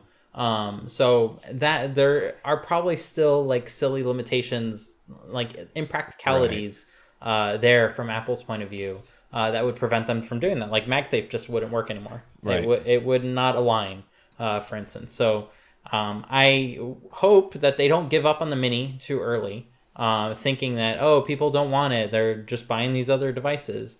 And on Twitter, I started a poll, like, if there was a hypothetical like iPhone Pro Mini, would you prefer that over the other models? All things kind of kept the same. So I'll leave a link to that in the show notes. And if you are curious to see what other people think, go ahead and vote and share that. So that way we can get a big sample size. Because I don't think I'm the only one that really likes the small form factor, but also wants the better features that come with the Pro model. Yeah. I don't ever see them doing that. Yeah, me neither. My take on it. I don't either, unfortunately. But I think it's something that is certainly would be an interesting device. But I would say that if we get 13 mini sales, if they are the same as the rumored sales were for the 12 mini, I would venture to guess that the 13 mini might be the last mini phone. Just because, why would Apple, at the scale they run at, why would they continue to support something that is such a small percentage of their overall iPhone sales? So starting at $999 for the 13 Pro and $1099 for the Pro Max at the lowest tier of storage. Did they up this to 128 as well? I don't remember. Yeah, they did. Okay. 128, 256, 512, and 1 terabyte. 1 terabyte now. Yeah. So I think I read for the Pro Max. I think the top line number is like $1,600 if you get the 1 terabyte Pro Max, which is a lot of money for a phone. But then again, Samsung is selling folding phones for like over $2,000. So it is what it is. So in general, though, for the phone sizes that probably most people will buy, they didn't increase the price. It's the same $999 and $1099 for what I would argue is definitely a better phone overall. So good job, Apple. And also, if you do plan on getting this to record video, do consider the larger sizes, because I believe the ProRes is limited on the 128 gigabyte model. And this is because ProRes is ginormous, right. And you will probably wear out the SSD super quickly if you were to consider recording in ProRes with an iPhone. And not to mention, like, if you want to use iPhones for like capturing video, turn off like iCloud Photo and all that, because then it's going to kind of get stuck in a queue, eat up and gobble space, and that you'll never be able to recover. So like, have a dedicated device for your long-term filming needs that is like outside of just filming a quick video. So pro tip. So you think that they're going to discontinue the Mini? I would, if the numbers, if the sales numbers of the 12, these are just rumored numbers, right? They don't actually break out in their revenue reports. They don't break out like individual models or anything. But if the rumored sales numbers on the iPhone 12 mini are true, and if those sales numbers continue into the iPhone 13 mini, it doesn't seem likely that Apple, I mean, because we're talking about Apple selling tens of millions of, or what is it? Like 80 million devices in a year or whatever. I mean, it's just like or over 100 million, like it just an insane amount of devices being sold in a given year.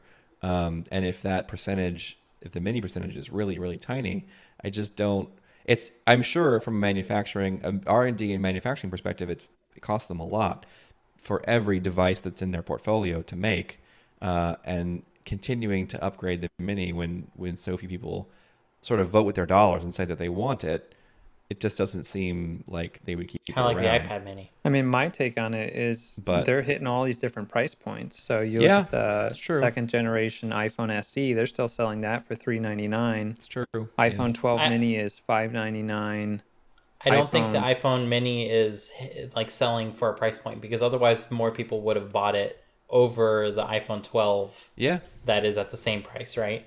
Like there is something, like, again, I think this is something wrong with what Apple's doing, where they have like this plethora of device options. Like, it's too much choice in a way. They're not opinionated in like what they're offering, and therefore like certain things are just being neglected as a result. Like, why would you want the smaller one? Like, this really is a device. My friends all want like the tiniest little toy phone because they don't like big phones. So they've been annoyed that like the 5S or like the iPod touch size device sort of went away.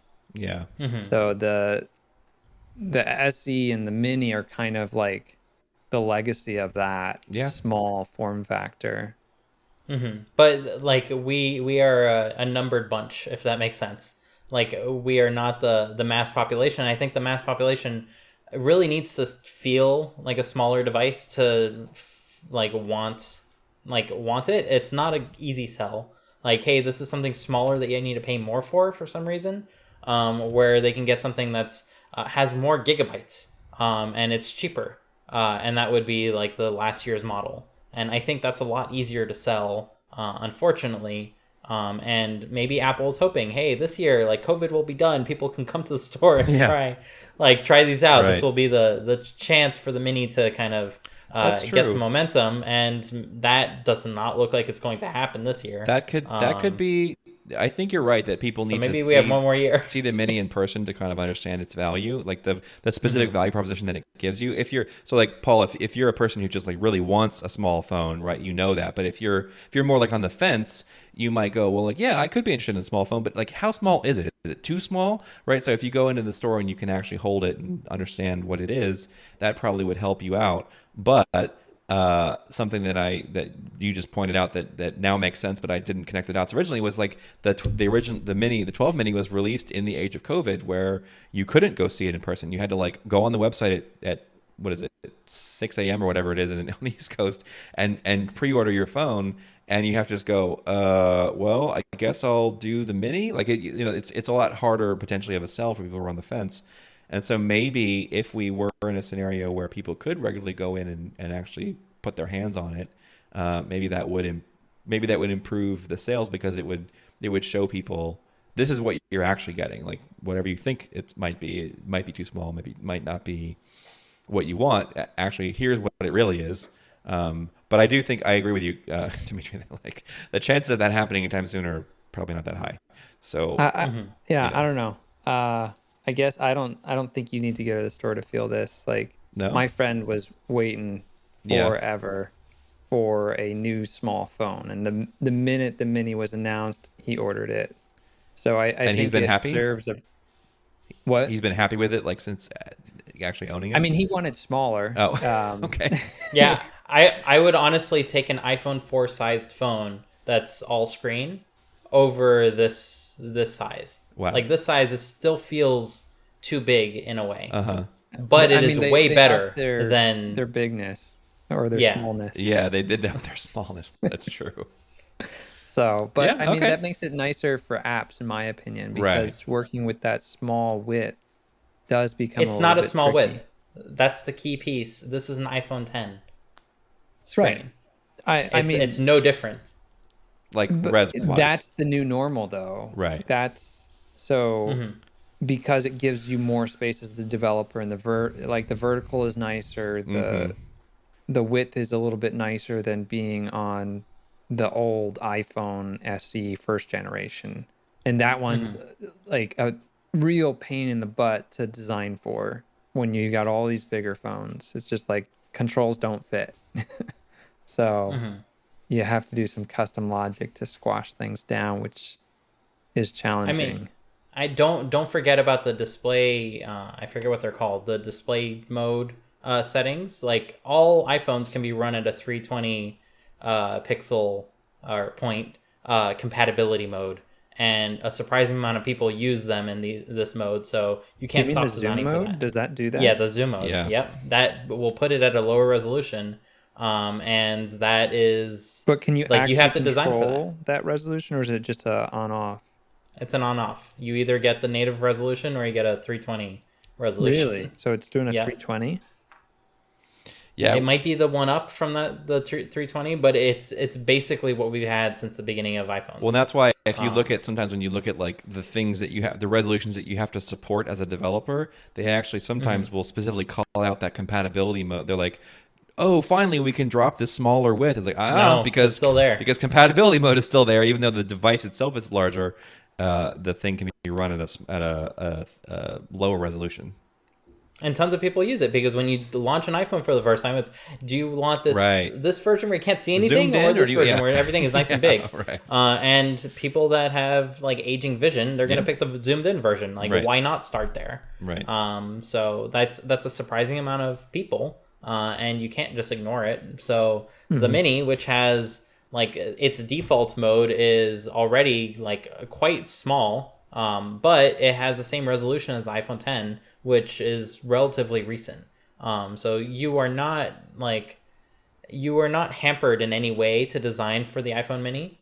And I want to like quell that from anyone who is potentially afraid of it existing.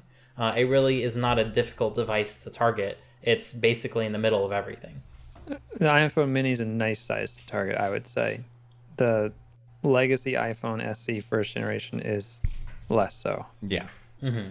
It's fair. So, totally fair. but like the whole like zoom mode is also opt-in. Like we don't currently support that at GoPro, I don't think. You have to. So, I mean, what you're showing something. You're either supporting it well or supporting it poorly. That's what it comes down to. I don't think we changed anything. I just turned it on. So I think it's just one of those APIs that you have to opt in and do stuff for.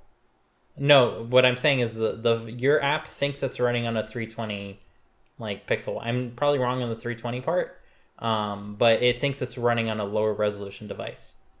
And so whatever you are accounting for in terms of like size, you're accounting for it, but there's nothing you can do to say, I don't want that compatibility mode. Like you were just running in that environment. Okay. I'll have to look into that more because I am completely unaware of how that works. Yeah, it's always a big surprise. And I'm sure there's tons of these like little features that we don't all keep track of as developers. And unfortunately, we need to. This week's episode of Code Completion is brought to you by Huuungry. Huuungry, that's Hungry with 3 U's, is the iPhone, iPad, and Apple Watch app you turn to when you really want to eat, but are blinded by the multitude of choices available to you and your insatiable hunger. Huuungry isn't here to help you discover new restaurants or flavors. No, it has a much more humble purpose. You tell it all about your favorite restaurants, and it will deploy its cryptographically advanced random number generator, invoked by shaking your phone in frustration, to make the decision of where to eat for you. Stuck at home in quarantine and sick of ordering pizza? Use Huuungry. Did Huuungry just suggest pizza again? Don't fret, as options for another cuisine, a cheaper option, something closer, or simply another option are a button away. Huuungry also comes with a collection of fun animated iMessage stickers so you can share your hunger with others. Thanks again to Huuungry for sponsoring our show. Search for Huuungry, that's Huuungry, on the App Store today to give it a try. So, now that we've gone through our topics, it's time for Complete the Code, where we quiz our listeners on your knowledge of Swift, Apple, and all things development. This week we haven't had any submissions yet, mostly since we are recording a bit earlier. So let's go over the prompt once again. If you're listening to the podcast, please check the podcast art or the show notes to follow along. So since Swift's async await syntax is making its way to Xcode 13, how would you transform the code below, which schedules a network call, lets us know the request was sent, and prints when the response is received, to use the new async await pattern? So can you complete the code? Tweet your answers to us with hashtag CompleteTheCode, all one word. The first to get it right will get a shout out on next week's show. And with all that out of the way, it's time for Compiler Error, my favorite segment where I get to test my fellow completionists' knowledge all about Swift, Apple, and all things development. So this week we have a theme, and that is the new autocomplete functionality that's available in Xcode 13. So let's go through these one at a time.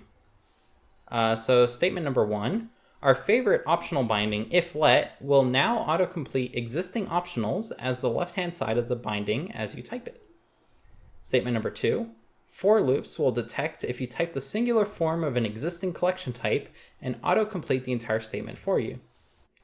Statement number 3, when calling functions, the editor will prioritize variables with similar names to the argument you are autocompleting to make getting through long argument lists easier.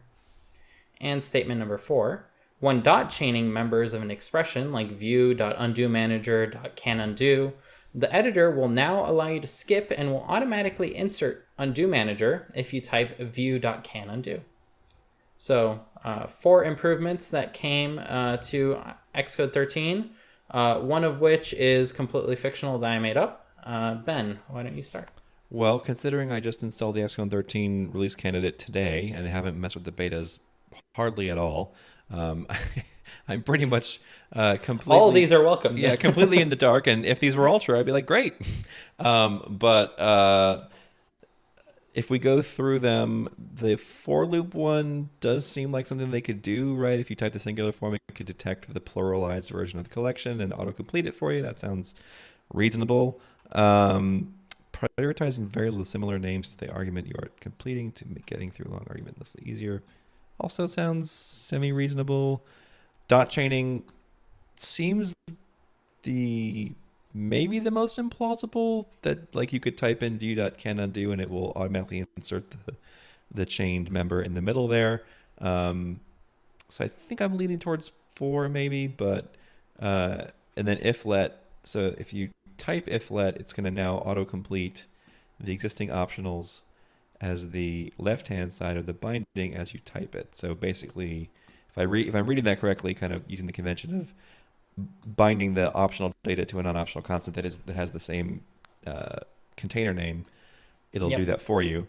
It's the convention, and it'd be cool if they made that official, sort of by putting it in autocomplete. So again, seems reasonable. I guess the thing that seems slightly implausible is number 4, but I'm going to say that the difference between the 4 of them is, as far as their plausibility, is very slim, considering I don't have any experience with any of these yet. So I'm going to go with number 4, but I would say I'm not feeling super confident. An excellent choice. Paul? I'm a little confused on number 3. So I know there's a feature coming where if you've typed a variable of a certain name, it will start showing functions that are going to have that word in the completion. But the way this is worded, it's prioritizing. Do you need an example? What was that? Do you need an example? Is this when I'm adding in parameters, or is this? Yeah, so if you have a function like do something and it has 3 parameters, A of type int, B of type int, and C of type int, and you have 3 variables that are already created called A of type int, B of type int, C of type int. When you're auto-completing A, it will suggest A. When you get to B, it will suggest B.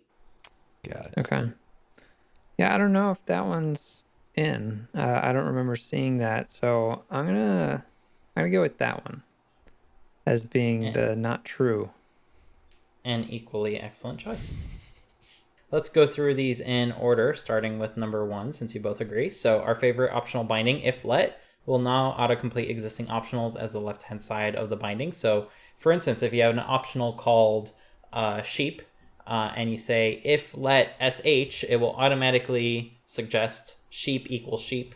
And this will work in all sorts of optional binding scenarios like guard, lets, stuff like that. And this is indeed true. This will, in fact, happen. So this is super neat and a welcome addition to the editor, because sometimes you just forget, like, what was that variable that I want to bind? And you no longer have the autocompletion to help you figure that out. So you need to like go back and get the variable name and then copy paste it. So this will kind of take care of all that for you, because it'll suggest any existing optionals that you have in scope. So that's super neat. Nice. So good job so far. Going to statement number 2, for loops will detect if you type the singular form of an existing collection type and autocomplete the entire statement for you. So for instance, as an example, if you had an array called children, and it's an array of strings, for instance, and you were to type for child or ch, it will autocomplete child in children. If you type for children, it will autocomplete child in children as well. So in either direction, that seems to work. And it works for like difficult scenarios, like if you have goose and geese, that will also work. What about sheep? Sheep and sheep. I tried that one because I was worried about that scenario as well, and that will work just fine because Swift, you're declaring a new variable. Are they only, since Swift is fully Unicode compliant, are they only English names, or does it also? I think so. Okay. Makes sense. Yeah, I didn't test across like a separate language. I figured I would have to change the locale of my system and everything like that. Right. Well, to support this, they also added a new formatter that helps with this, right? What do you mean a formatter? Yeah, like a way to format There's a developer units, right? Formatter that you can use in your own code. I'm pretty sure that deals with the singular and plural forms of different. Yeah, I think I heard about this too. I think you're onto something there. I did. So I think that's what I think is exposed to developers, so that we can get the same type of benefit if we're doing something similar. So I learned. I did not know that. But this is also absolutely true. Nice. So that brings us to statement number 3. So when calling functions, the editor will prioritize variables with similar names to the argument you are auto-completing to make getting through long argument lists easier. So as I said, if you had a function called do something with 3 arguments, A, B, and C, all type int, and you had 3 variables, A, B, and C, all of type int, as you get to the auto-completion for A, the first entry in that list will in fact be A. So this is true to that extent, because if you were to instead declare your variables as let C equals this, let A equals this, and then let B equals this, the auto-completion would then suggest C as the first option, which makes this absolutely incorrect. So great job, Paul, for snuffing that one out. At first when I was testing, I was like, it works. Like, I guess they got this one too. I was trying to make up scenarios that wouldn't work because there were quite a lot of new things. For example, switch statements also. If you type switch and then you say the thing you're switching, it will automatically fill in all the cases. You don't need to use the fix-it shortcut anymore. Mm-hmm. So there's like all sorts of these new editor improvements. And I was like trying to make up some. And I was bummed at first that this one didn't work, but then I got sneaky and it was able to break. So maybe in a future version, but until then, great job, Paul. And this means, I'm sorry, Ben, but dot chaining members of an expression like view.undoManager.canUndo absolutely does work, which is amazing. Yeah. It's so just one level, right? Yeah, just one level. It won't go further than that. But that one extra level is often all you need to skip like dot layer. Oh, I should have thought of dot layer. I was trying to think of like an example to put here, and I was like, that's good. View.bounds.width, and I was like trying to skip bounds, but then there's like width anchor, and that was getting priority. But all the dot layer ones are a great example of this being very useful. If you typed view.layer.cornerRadius and instead you typed view.cornerRadius, it will automatically suggest that you need a little layer in there. Nice. So that's super neat. Well, in this case, even though I'm wrong, I'm happy to be wrong in this case because this is a cool feature. Yep. And it also helps with discovery. Yeah. So as you're typing, it's like, what was you don't know exactly where something is. It kind of suggests it. Yeah. I think there were a few others. If you type let cell equals, and then you need something that gives you back a cell, that will be the first in the autocomplete list. If you type that's what I was thinking of. Layout equals, layout will be first in the autocomplete list. And I found that to be super cool. And then one more is if you try to use something that is not part of the current set of frameworks that you imported, it will just go ahead and suggest, hey, do you want to import that framework for that file? Which kind of speeds up the process of realizing why an autocomplete is not coming up. And it's just because it's part of a framework that you didn't import. So great job, Paul. I'm sorry, Ben. Better luck next time. No problem. But good improvements all around. Yeah, for sure. Yeah, definitely exciting. It's a good time for Xcode 13 to not be broken, right? Right. Xcode 13 that just came out, release candidate, right? Did they have a dub video that I very well may have missed of like specifically Xcode like editor improvements? Like, no. This was like from a Twitter thread that came out right around dub that I saved, and I just scavenged up this morning. You didn't look through the release notes for this? So this year is the first year I did not read any of the release notes. Usually I read like every single like one that comes in, and I have been a bad developer this year and I did not read anything. I have been like so overwhelmed with life. But yeah, no release note reading for me this year. So if you were to recommend, it'd still be like read the Xcode release notes and then read the iOS release notes. Are there any others that are important to read? I would say the Mac OS ones are usually just as useful, especially now that like anything that you build on iOS can run on Mac OS. I like to read all the release notes. I like to read all the diffs. So not for Swift, but for Objective-C diffs, there's a website called, I don't know, so I'm going to get a link for that. And you can go ahead and see all the changes with the current SDK. And that usually bubbles up all sorts of things that don't get mentioned anywhere else, like something in color sync changed to support ProRes, for instance, in iOS. So there are like hints like this that have come in since iOS 15 kind of first launched. So I usually read that because that one's really quick to just like click through. It shows you all the changes. Unlike Apple's documentation, which is kind of horrible to click through to see diffs. Like it's good when you see, oh, I can't use this yet. That's great job, Apple. But if you want to see a list of everything that changed, not that great. Mm-hmm. But yeah, I would definitely recommend reading the release notes. I guess at the end of the beta cycle works just as well because you get the accumulation of everything. But some stuff generally gets lost in the weeds. There's also like AppKit release notes if you're a Mac developer that are specific to AppKit. And sometimes there's Foundation release notes, and those are usually great as well because that's the only documentation you'll get on a certain feature. And that's it. So those ones are also usually good to read. And where do we find out about the new Swift Playground stuff that's supposed to be coming out? I'm under the impression that Apple never said anything about that. Like, what are you talking about? No such thing as Xcode for iOS. Is that just a silent release with iOS 15? I don't think so. I think it's going to be separate. It's a separate app, right? Yeah, that they didn't announce anything and that it wasn't available as like a preview like during the beta cycle tells me that it isn't ready. Maybe it's waiting for Xcode Cloud, which I did not try at all despite having a beta for. So the last thing they wrote, I think, was coming in a software update later this year. So that later could be this like year Christmas. In Apple terms is December 31st. We know this well. Yeah, it's a Christmas present from Apple to us.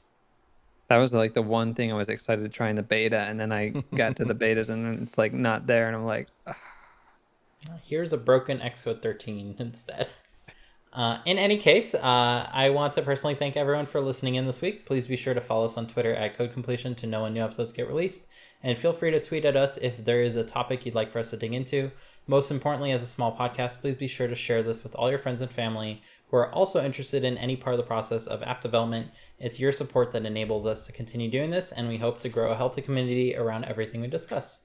So once again, I want to give my thanks to Ben, who is at Ferrousguy, that's FERROUSGUY on Twitter, and Paul, who is at Paul Solt, that's at PAULSOLT on Twitter, for joining me this week.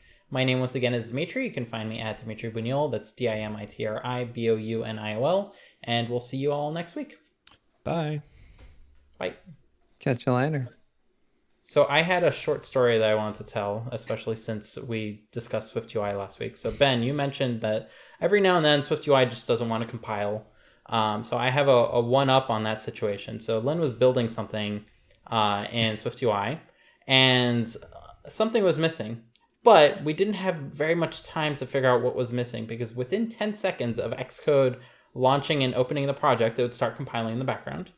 While it was compiling in the background, it brought the entire system down, which means that the computer restarted.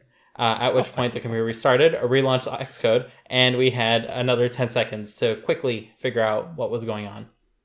So, why did the computer go down? Well, it's something Xcode related, right? If we quit Xcode, computer doesn't go down. Launch Xcode, 10 seconds. Start it now. So I go to Activity Monitor. I check like what is running, and we see SourceKit and SwiftC, which is the Swift compiler, racking up gigabytes upon gigabytes of RAM, roughly at 5-10 gigabytes per second. And as you can imagine, as this number gets to a certain point and inflates to a certain point, the system basically can't do anything about it. And instead of gracefully handling that situation, the system basically kernel panics. It's not even a kernel panic, I don't think. It's a watchdog timer. Basically, the CPU doesn't respond to the kernel in time. And the kernel's like, something went wrong. Let's restart. So it turns out it was a missing parentheses, the simple little things in life. Missing parentheses. And this is in 13 or 12? This was in, I want to say 13. I didn't keep the code around because it was dangerous. Yeah. So I quickly commented everything out. I was like, okay, if I uncomment these lines, quick to activity monitor, see if anything is ballooning. If I'm fast enough, I can force quit it, and I get another 10 seconds to try again. You didn't get a screenshot of it? No, I did not. So how many 10-second intervals did it take you to find the actual problem? About an hour or two. Oh, wow. So this is a case of SwiftUI going rogue. Yikes. That's I wanted to share it last episode, but I didn't remember until after we hung up. But I needed to get that out there. Yikes. That's scary. I mean, that's really scary that not only can a syntax error in your code cause even Xcode to crash, right? That would be its own problem.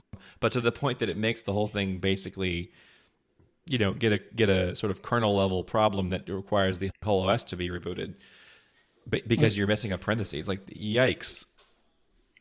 It's probably some kind of tight loop that's just continually asking for more memory to scan your code or something, or it's in the tree. Right.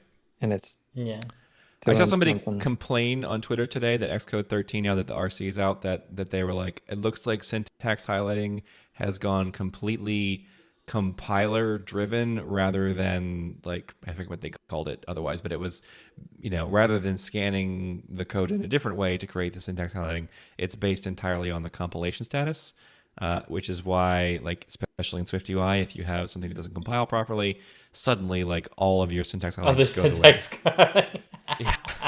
that they've changed the system. This is too funny. How it works so that it's compilation based. We had such a stable thing going on with Objective-C, and so many steps backwards ever since Swift came out. Yeah. I do wonder if, strategically, yes, Swift brought on a ton of new developers to the platform. It breathed a bit of new life into the application development that was happening, but it also paused Apple's own progress significantly, I think. It's a bit of shame if you think about it like that, especially since so many people only know Swift and they're I would have never become an iOS developer if it wasn't for a change in language like this that made it more accessible. But it makes it more accessible, old curmudgeon. But I think the big challenge I'm facing is there's so many features now. And there's so many little things that you could do differently. And it's a bigger learning curve to get into now we've got property wrappers and all kinds of voodoo magic that you can sort of annotate and get interesting behaviors that are helpful, but it's another layer of complexity. Right. But progressive disclosure, Paul, you don't need to know all those things right away. Yeah, but that's nonsense. I don't. When you're debugging, it's I don't know. Yeah, I would say I think the bottom line is Swift, in particularly, we're talking about SwiftUI and property wrappers and stuff like that. It has become more, I think, approachable from a beginner's perspective in the sense that you can get something functioning, I think, a little quicker. But its overall learning curve, I think, is definitely a lot higher. So a little more approachable than things like Objective-C, but much harder to master and get right, because the set of the syntax and the grammar that you need to understand is a lot more complex. And so ramping up is a lot harder. People say, "Oh, Swift is a really good learning language." I don't think that's true. It's a very approachable language. Good for the basics, and then it gets into the weeds. Yeah, it gets into the weeds real quick, and it the curve just goes the curve goes straight up, right? Basically a almost totally vertical. And And you might never need to climb that curve. Right. But like as a developer, you end up approaching it or falling in the middle of it quite often. And it's like putting an amateur rock climber up on Mount Everest. Just randomly. It's like, you happen to put a parentheses here. You're on Mount Everest now. And as a teacher, by the way, the computer is going to crash in 10 seconds. Go. Right. We've all been teachers, right? So like as a teacher also, like it's you're right that you may not ever need to get into some of those straight up vertical things, but even getting beyond teaching the basics, you're going to get into a little bit of that curve at least. I mean, you know, because I taught entirely Objective-C when I began teaching.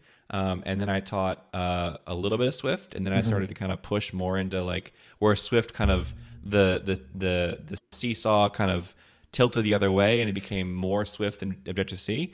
And then, you know, when we were all at Lambda School, we taught majority Swift, and right towards the end of the program before it was shut down, we were starting to introduce SwiftUI into the mix as well. And I think that shift would just continue to happen as well over time. More SwiftUI, less UIKit. And I feel like with all of those changes, all those shifts in the curriculum, it made it, again, I think more approachable initially, but ultimately harder to teach because, like we said, right, the learning curve gets really steep really quickly. Not to mention if you include things like Combine and FRP and, you know, stuff that is even further away from what I would consider to be like classic iOS development, which is basically Objective-C and UIKit, like the first 5 or 6 versions of the OS that we all coded against. If you were and coding. So then I think the other challenge is as a team, like your team has to decide like what code do we want to use, and so like I had the decision of potentially using a property wrapper for some potential helper, or just writing a function that was very readable and you could just follow it. And it was like, okay, let me weigh this. I'm going to do the function because that's more readable and approachable. Right. And I think it's a little bit easier to maintain right now for something that was kind of like, this would be cool to do, but a function serves a better purpose in my mind because I can make the function very verbose and say like, this is what this is doing. So it's sort of self-documenting versus the property wrapper, which was just kind of voodoo magic. Yeah. And if you weren't paying attention, it just sort of did it. Right. I think it's easier to be clever, right, with these newer tools. And as you know, kind of the old adage is like, generally speaking, being clever with your code is something that will either eventually bite you, or certainly it'll eventually bite people that come after you, right? That being clever is often not what you want to do in production code because it's just too hard to maintain. And I think it's become easier. Like when you were just describing that, Paul, I was thinking like, you know what you could do, like you said, right? You could basically invent your own new property wrapper to solve that problem, and that's cool and maybe clever. But like, is it better? I think it's somewhat arguable whether it is or it isn't, right? And of course, you have to decide based on your code base and your team and like a whole bunch of factors. But it does seem like it has become easier. Apple has made it easier for you to be clever with your code, and particularly for juniors, that can be like a very enticing sort of siren song, right? To be like, ooh, I can be really clever with what I'm doing. It's like, but is that better? I think you need to go through that process, right? You need to write clever code to realize that it's not a great idea. But Swift is also like very unique in a language that operates kind of differently than many other languages. For instance, if you have 2 types that are very kind of close together and you want to convert from one to another, you might write a function on one of them to say to this other type, right? But that's not really Swifty. In fact, the Swifty version of this is to write an initializer on the other type that takes the first type. Right. That's the Swifty version of writing a cast. For instance, on no built-in types like an integer, you'll find a way to convert it to a string of a certain format. But you'll find the opposite. You'll find initializers on string that will convert an integer in a certain way. So it's very backwards in that way, and I don't think any of that is really being taught. And that hurts Swift because it means that no one really knows how, like, fundamentally what the goal of the language is, right? Yeah. So everyone ends up inventing a different solution. Right. And this is perhaps made worse by the fact that Apple doesn't have any good guidance in terms of documentation and sample code, because they were not the ones using Swift for the first 4 years. They were the ones writing the language, but not kind of guiding how it should be used. And unlike with Objective-C, where we had a lot of guidance there, like there was 20 years to build up to that point. Like, hey, this is how you make an iOS app. An iOS app has never been made before, but this is how you make one. And we don't have that with Swift, and therefore we've invented 17 different ways of doing it.